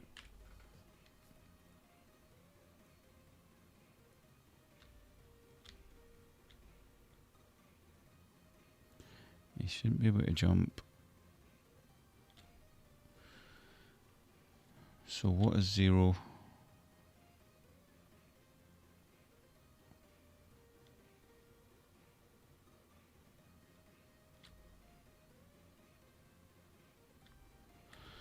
It's definitely on the ground test.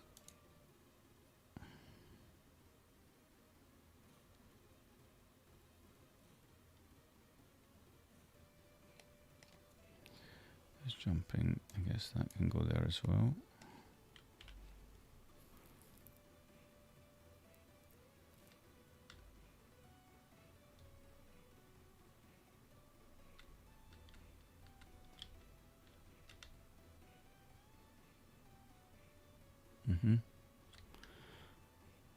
Sort of right. Sort of not.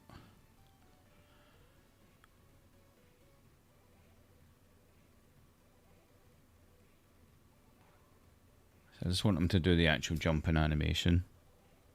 And then, like, there's nothing there. So he can't jump again. And that's the can jump test. I'll put in the ground test as well.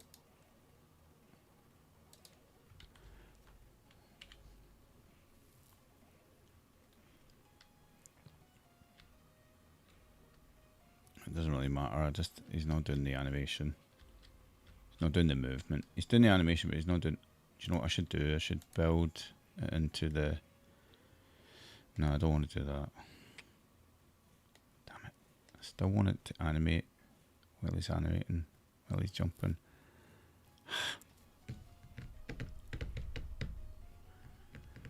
Maybe I'll put it down here.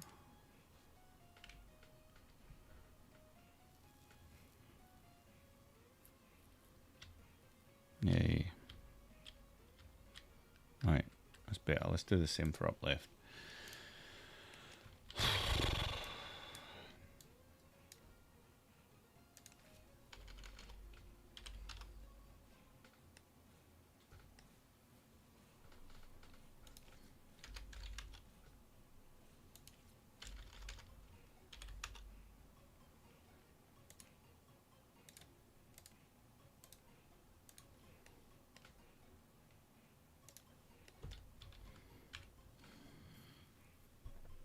Oh, he's only moving -1 that way.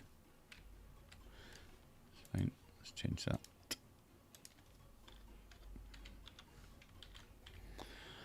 But I think that might be it. Platform logic. Yay.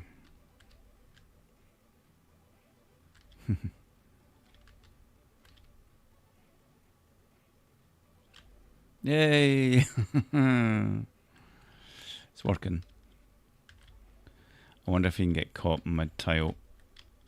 Will it do it? So we can catch him mid-tile.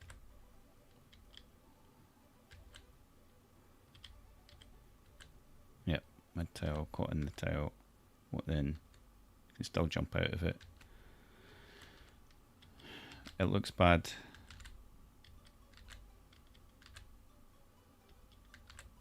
So what have I got? I've got falling set to 2. Both set to 1. Yeah, there's nothing really I can do about it.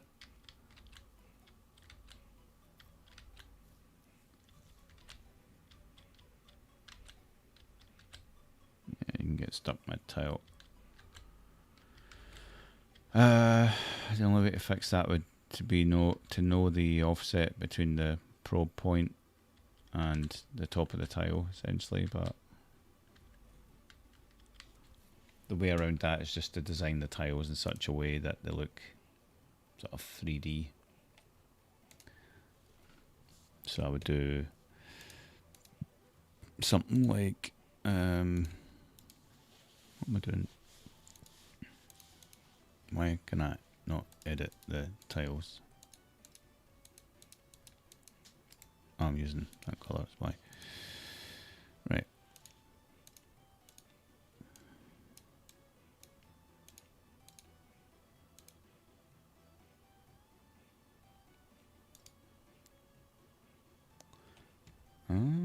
Okay, why is it? Why didn't this update to yellow? It's treating white as an override. Oh, white is the override. Let's change that to pink.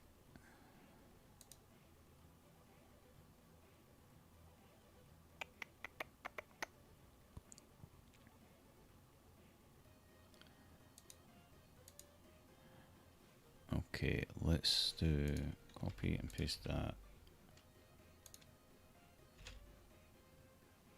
to blue.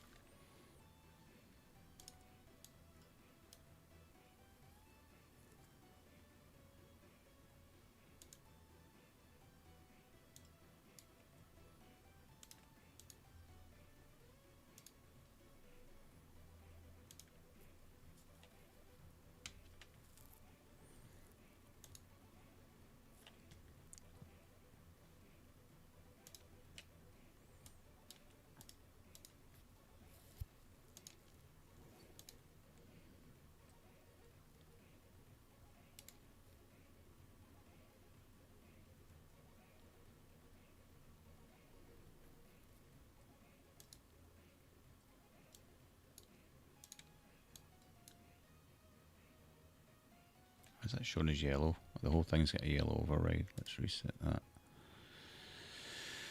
Okay.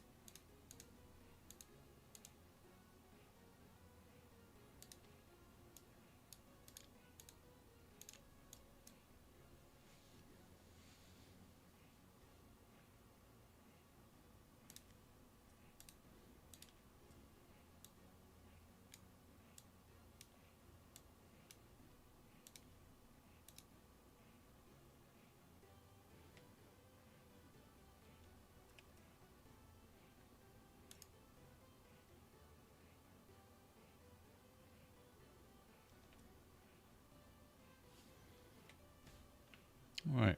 Yeah, see how that looks. Let's do something interesting with the sprite as well for jumping.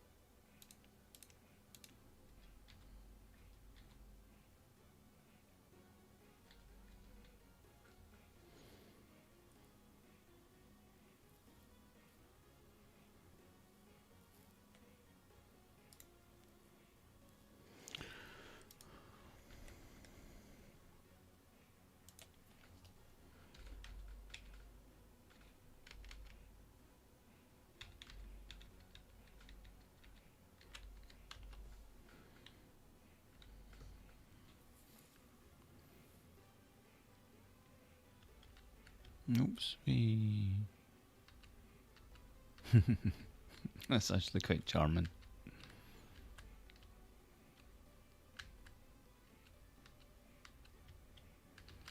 Yeah, it doesn't really matter where on the tile it sort of lands. Oh! His animation never reset right there. Ah. Have I got too many entries? 1, 2, 3, 4, 5, 6, 7, 8, 1, 2, 3, 4, 5, 6, 7, 8, 9. So 1, 2, 3, 4, 5, 6, 7, 8, 9. Ninth bit. Didn't need ninth bit. No, it's not got any X offset.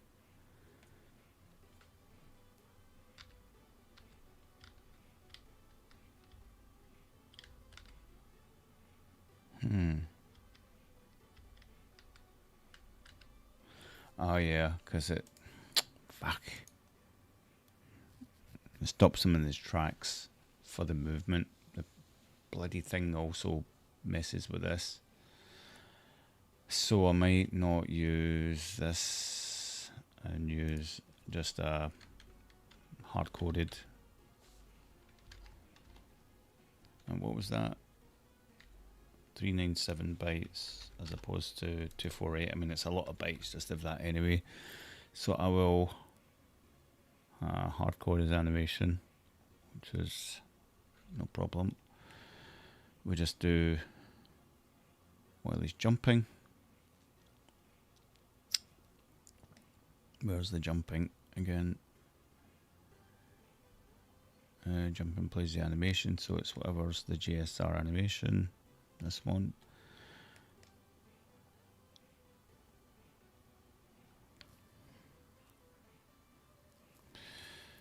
Okay, so we're putting A1 into sprite pointer. Set var.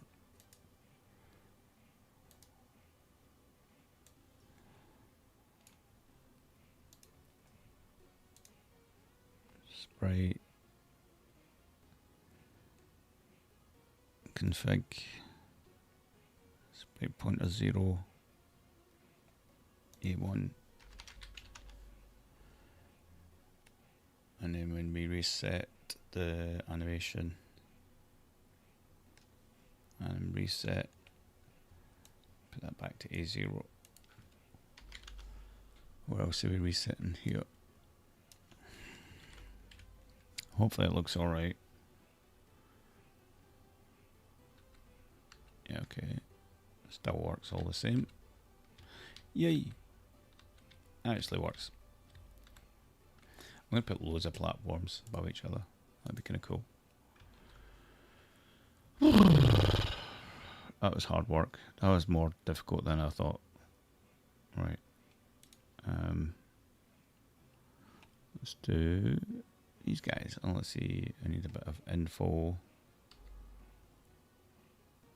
So yeah, that works quite well. Actually, I'd say that's the way to design your platforms because of where the collision point is.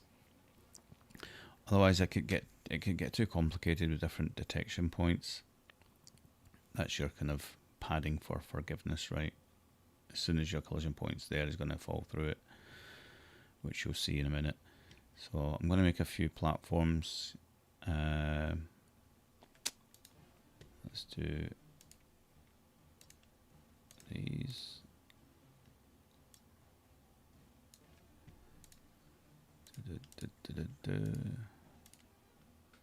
T to toggle that.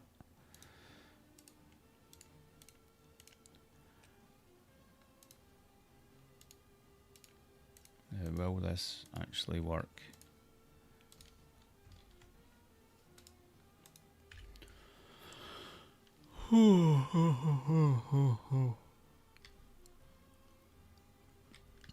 Oops, fell off. See, that's what I mean by the edge. I can't reach.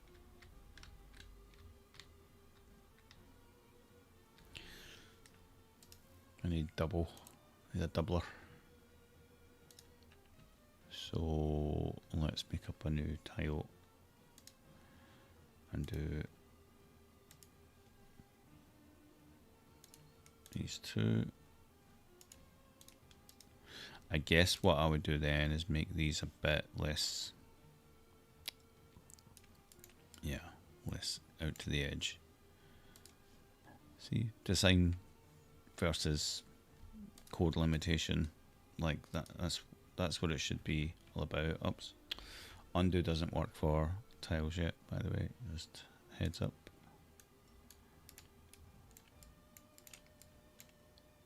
Get rid of that one there. What have I done?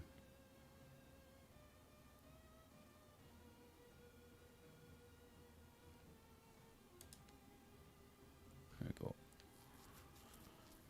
Right, that looks better. So doubler. Yeah.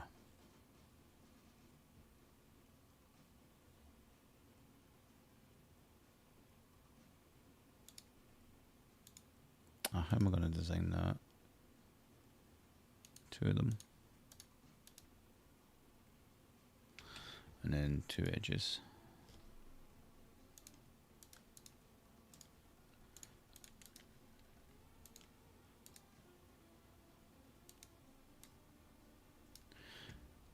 Right. That should make a kind of little booster platform up. Jump his way up.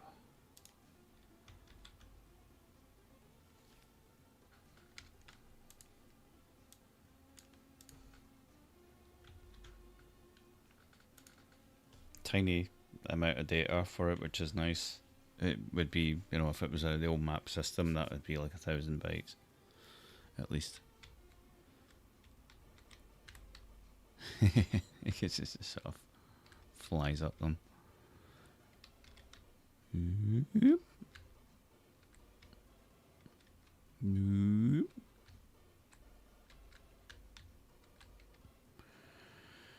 Alright, platformer done.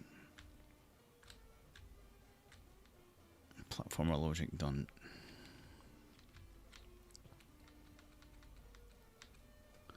Obviously, it would be good to see him sort of do something when he goes up these. But because he's in that state where he can jump, there's not much I can do about it. Well, I can make him jump higher and go back to what I had. That makes more sense. So let's try that. I need to be able to copy blocks as well.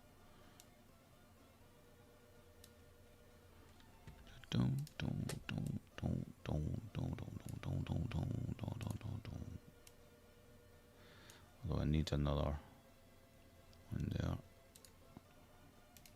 That's fine. That and I need another block that does both sides, left and right. Yeah, that looks cool. Could put these in if I wanted, I suppose.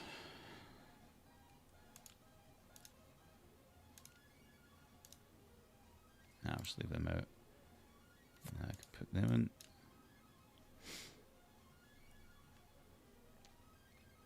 Right.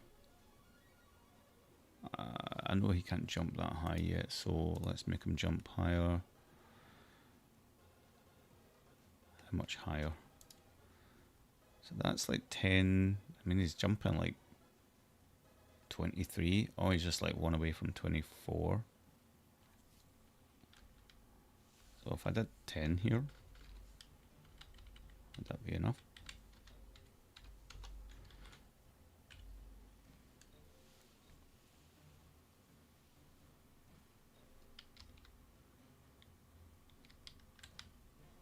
Oh, that looks so much better. Ah, don't fall off. Yeah, I mean, it's a bit.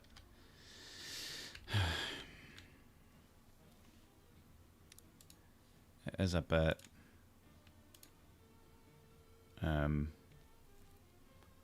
Not forgiving enough, so that is sucky. That's the collision thing. I mean, I'm working on it. I'm working on changing it so that the other thing is you can sample. That's what I was going to do. I changed this to a variable so you can sample multiple points in one frame.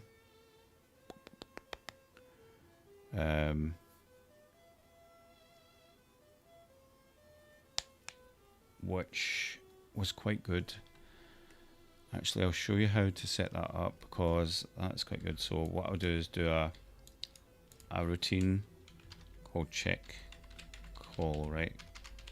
Check collision and JSR check collision from here. Make sure it's a JSR, and then bring that up here. RTS back from it, but I would also mess with these, right? The DX and the DYs.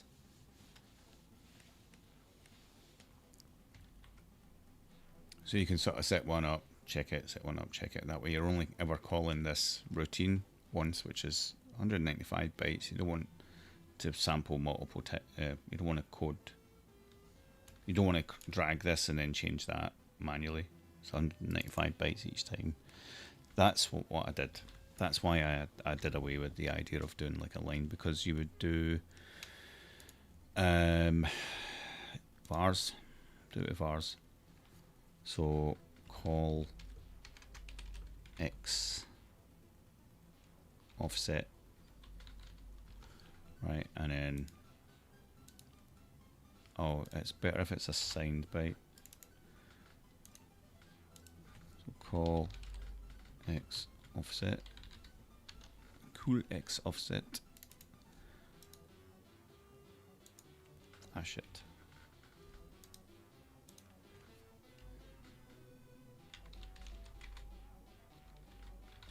Right, that's a signed byte. Can you copy these? No.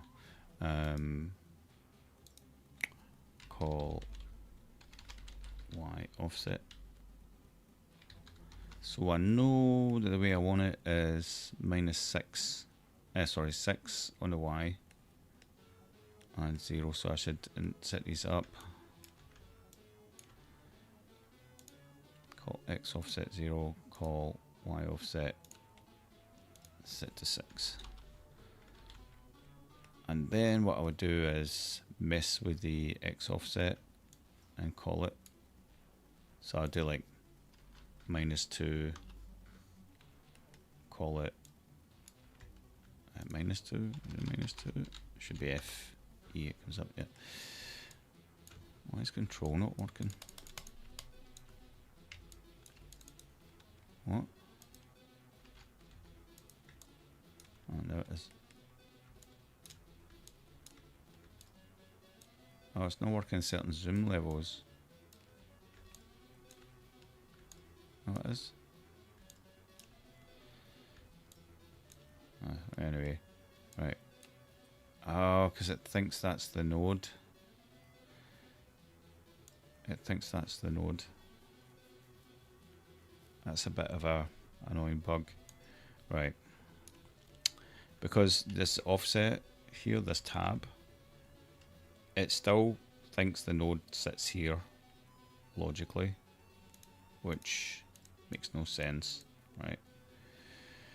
Anyway, never mind. So set that to that, call it. I'm going to drag that down. Right, so this will check like 3 points. So 0. So like -2, 0, and then 2.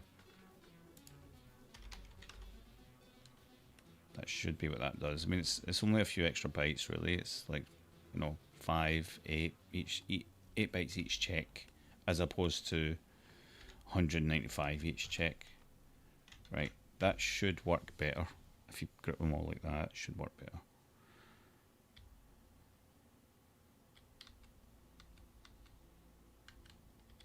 He's jumped up so much faster there.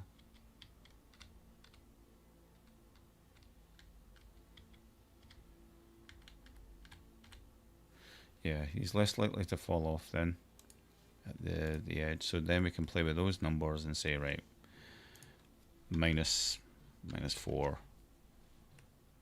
and 4, right?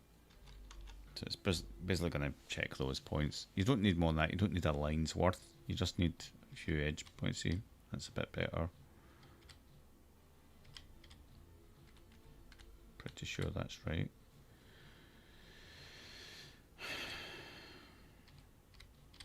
Right. Yeah, because it just looks like he's got like 1 foot off. The jump is fast now. So what I might do is have a little pre 0, 0, -1. And do a little 1 there. I could slow it down with a delay.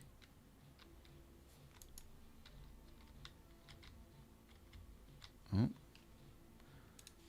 that's weird.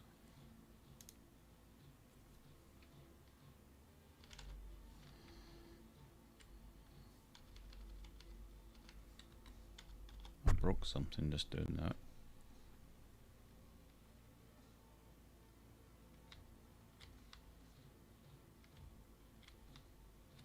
Why did they jump so much faster? Oh, I was JSR in the animation.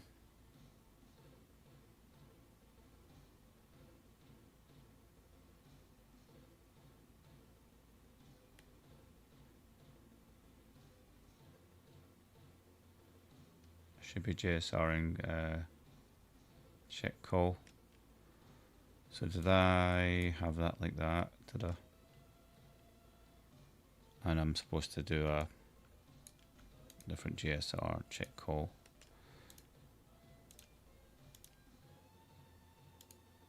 Call, right. Yeah. So I wonder why it looked a wee bit off.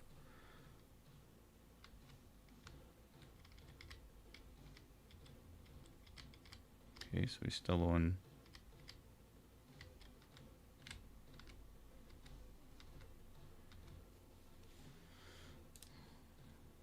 Am I talking shit?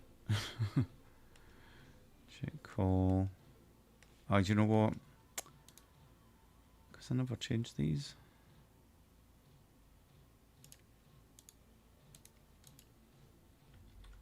Right, so it's going to use them now.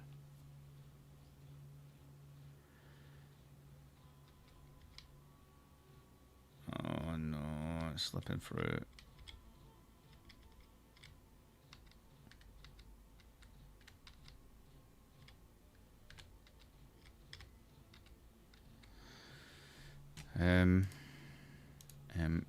think about that a bit more.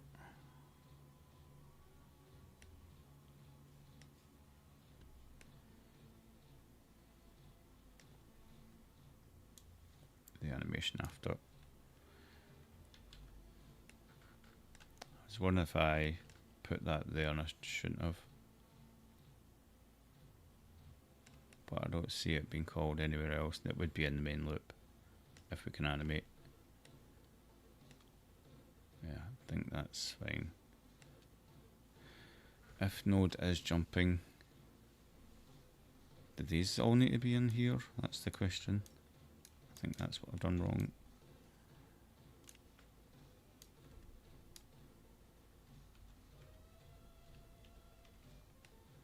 Right.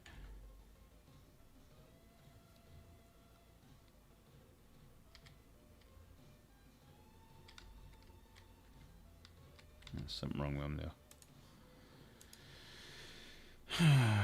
What the Let's go back a bit.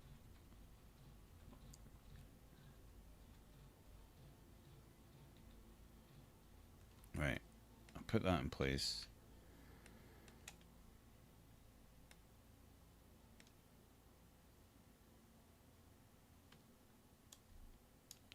Let's just turn these off for now. Let's just do one call to those. Leave them as they were. That's that one. Let's call check call. Where is it?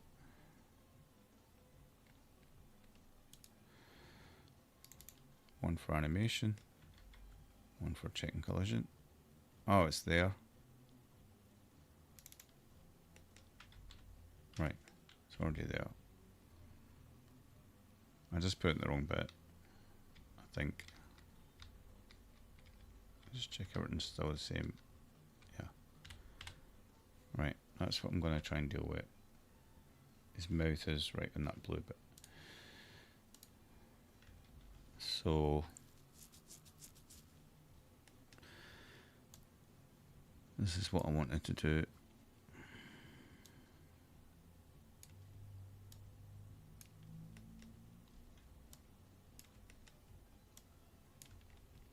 Using the X and Y. Right. Hopefully this time.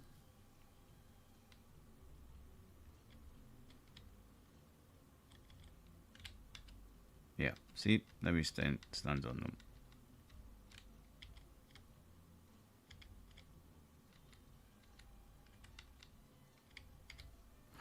So the right hand side can be a bit more, so when I'm checking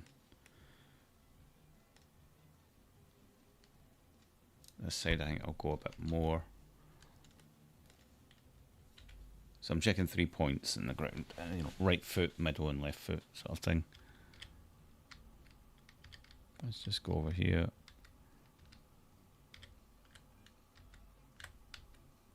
That's not enough.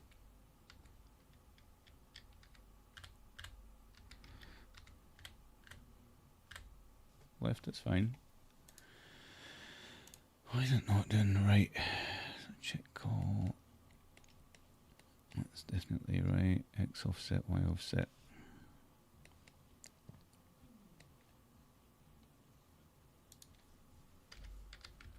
Try a ridiculous amount.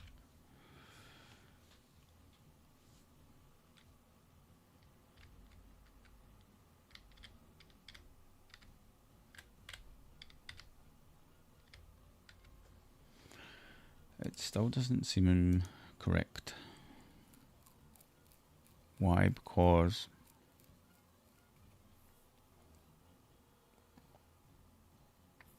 I don't know. Are we showing collision state on ground? Yeah, on ground. I mean, we can see them fall anyway, but it's the one at the top left.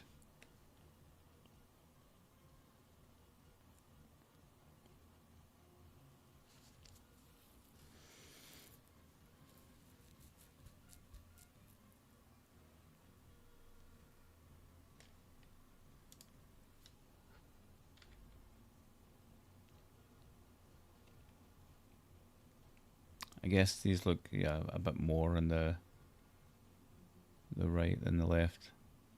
That's just because where the tags sit at the top left. Yeah, it's not that. I'm going to make that a crazy number then.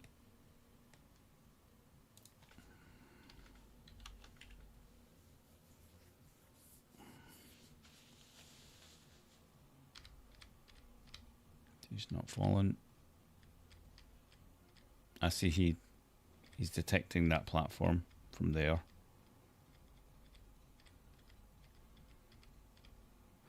Ah, okay, it's the left side, it's not enough.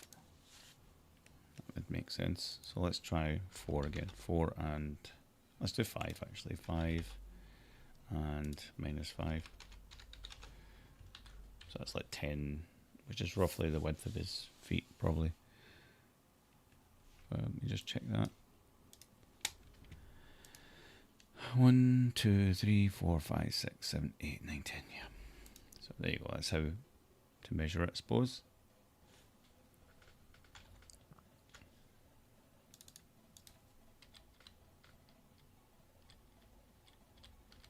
That's already better.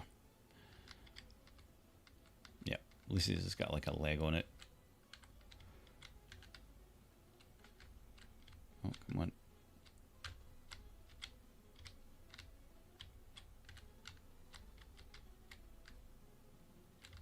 Sort of silly, I'm like just jumping about like that. It kind of needs a cooldown. Like you can keep pressing. You'd expect to like have to re-engage. So I would need a none.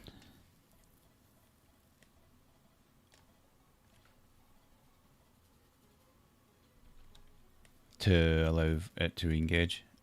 So can jump.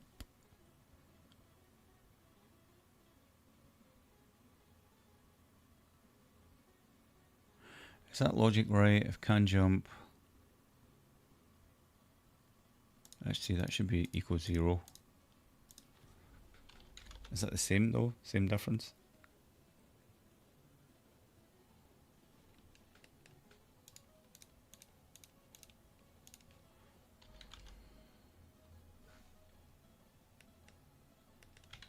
Right, I'll check it with them first.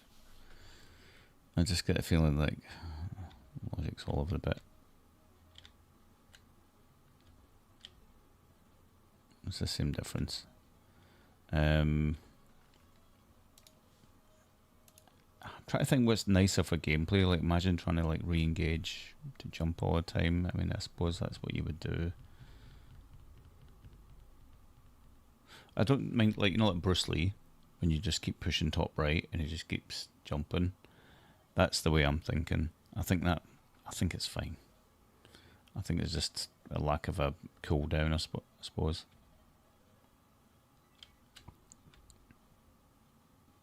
He's kind of like a thing in a spring. Boing, boing, boing. Makes me want to do sound effects. I'll do some in a minute. It works really well. It's worked really well. Right, who would like the code for this? Who in the chat would like this code in current state? I can drop the JSON somewhere. Who's actually here? How do you see? Oh, just me. Is anyone here watching the stream? Am I all alone? Is that a false reading up there? It'd be good to know that I'm actually getting watched, but it might not be the case. Let's see any responses. Amiga OS. Is everyone still in their bed? It's midnight. It's midday. It's 12 o'clock. Out of bed. Watch my stream. All right. Well, it will be made available, but let's just make a bit of a cooldown. One way I can do that is to slow down this. I just want it to feel kind of right for where it is so far. Whoa, the big mega jumps. That's still quite fun. Boing.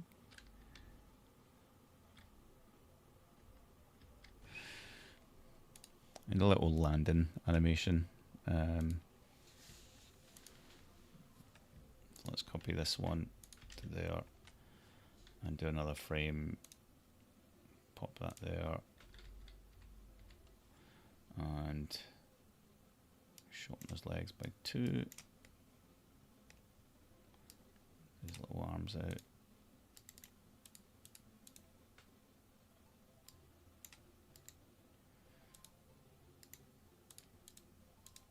Oh, he's no center.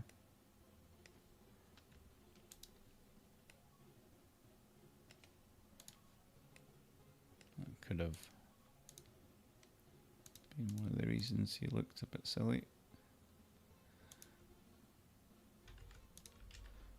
I'll do another one, why not? Do another one.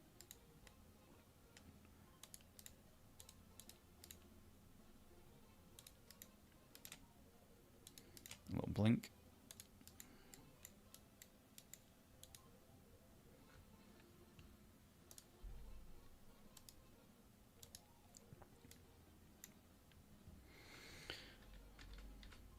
So new frame.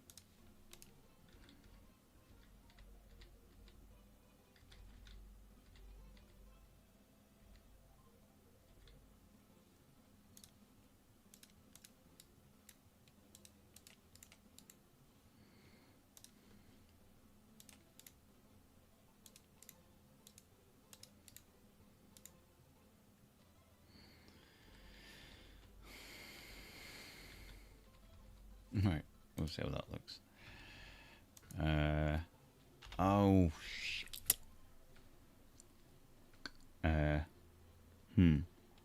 I'll now need to work out when to switch those frames.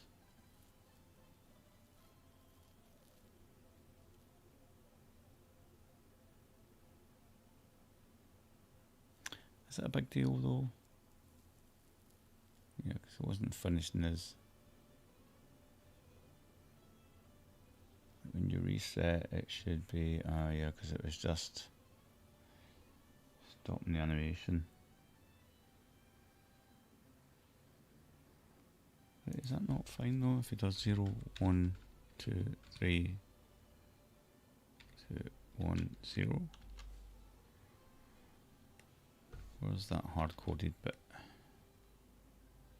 Set bar pointers A0.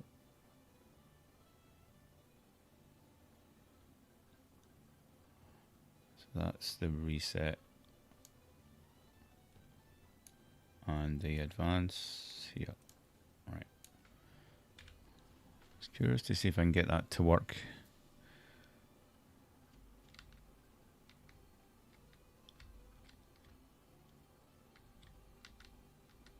It's quite effective. It's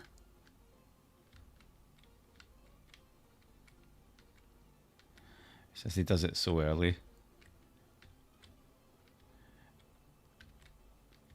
I think we need a just landed.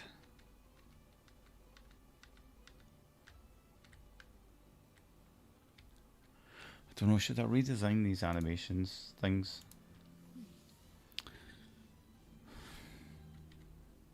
It's just the, like, it uses up all this space for sprites you don't use. And it's quite heavy as well. It's doing a lot of stuff. Because I would want, if you just landed, for it to, I mean, I could do lookup tables. I could do little lookup tables. Just try to think how.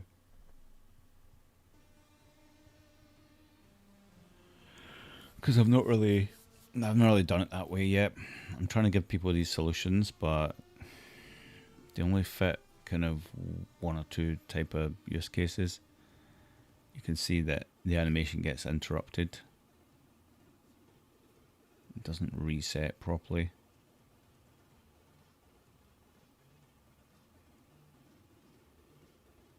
Why is it not reset properly? So on ground equals 1, yeah, because the reset's there. I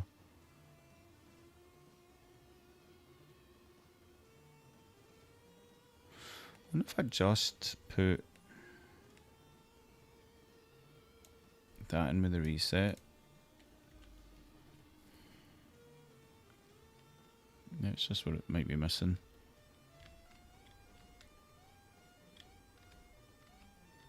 Yeah, I suppose. It would be nice when he lands, when he's just landed. I don't know what one that is. Is grounded. On ground. Can jump.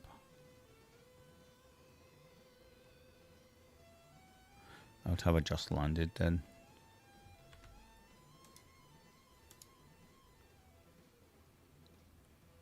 Just landed, do a little animation.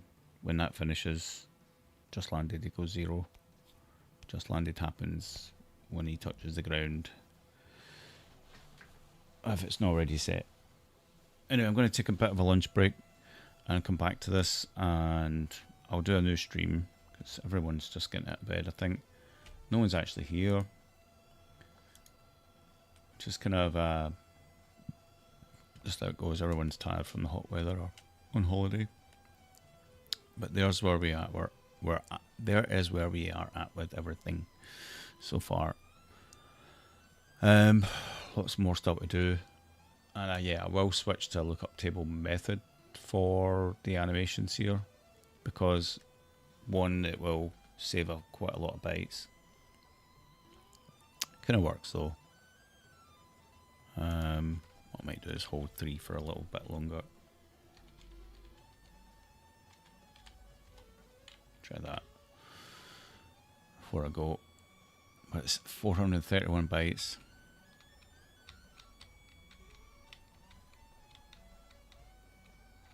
Hey, but it's effective.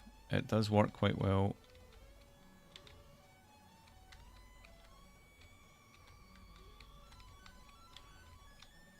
I would love to make it like if you're falling and pushing to the left, that pushing in that direction is less effective, like gravity is pulling you down more. And I could do that as well. It's just another layer of tweaking the values, because when you're pushing right, we use a hard-coded value. If I did a var, I can effectively reduce that to 0. Right, anyway, I'm going to head for something to eat, bit of a break. I'll be back with a new stream later. Hopefully more people here ask questions, but I'll save this. That's good progress today. I'll catch you shortly. Bye for now. Enjoy the stream if you're just watching it later as well.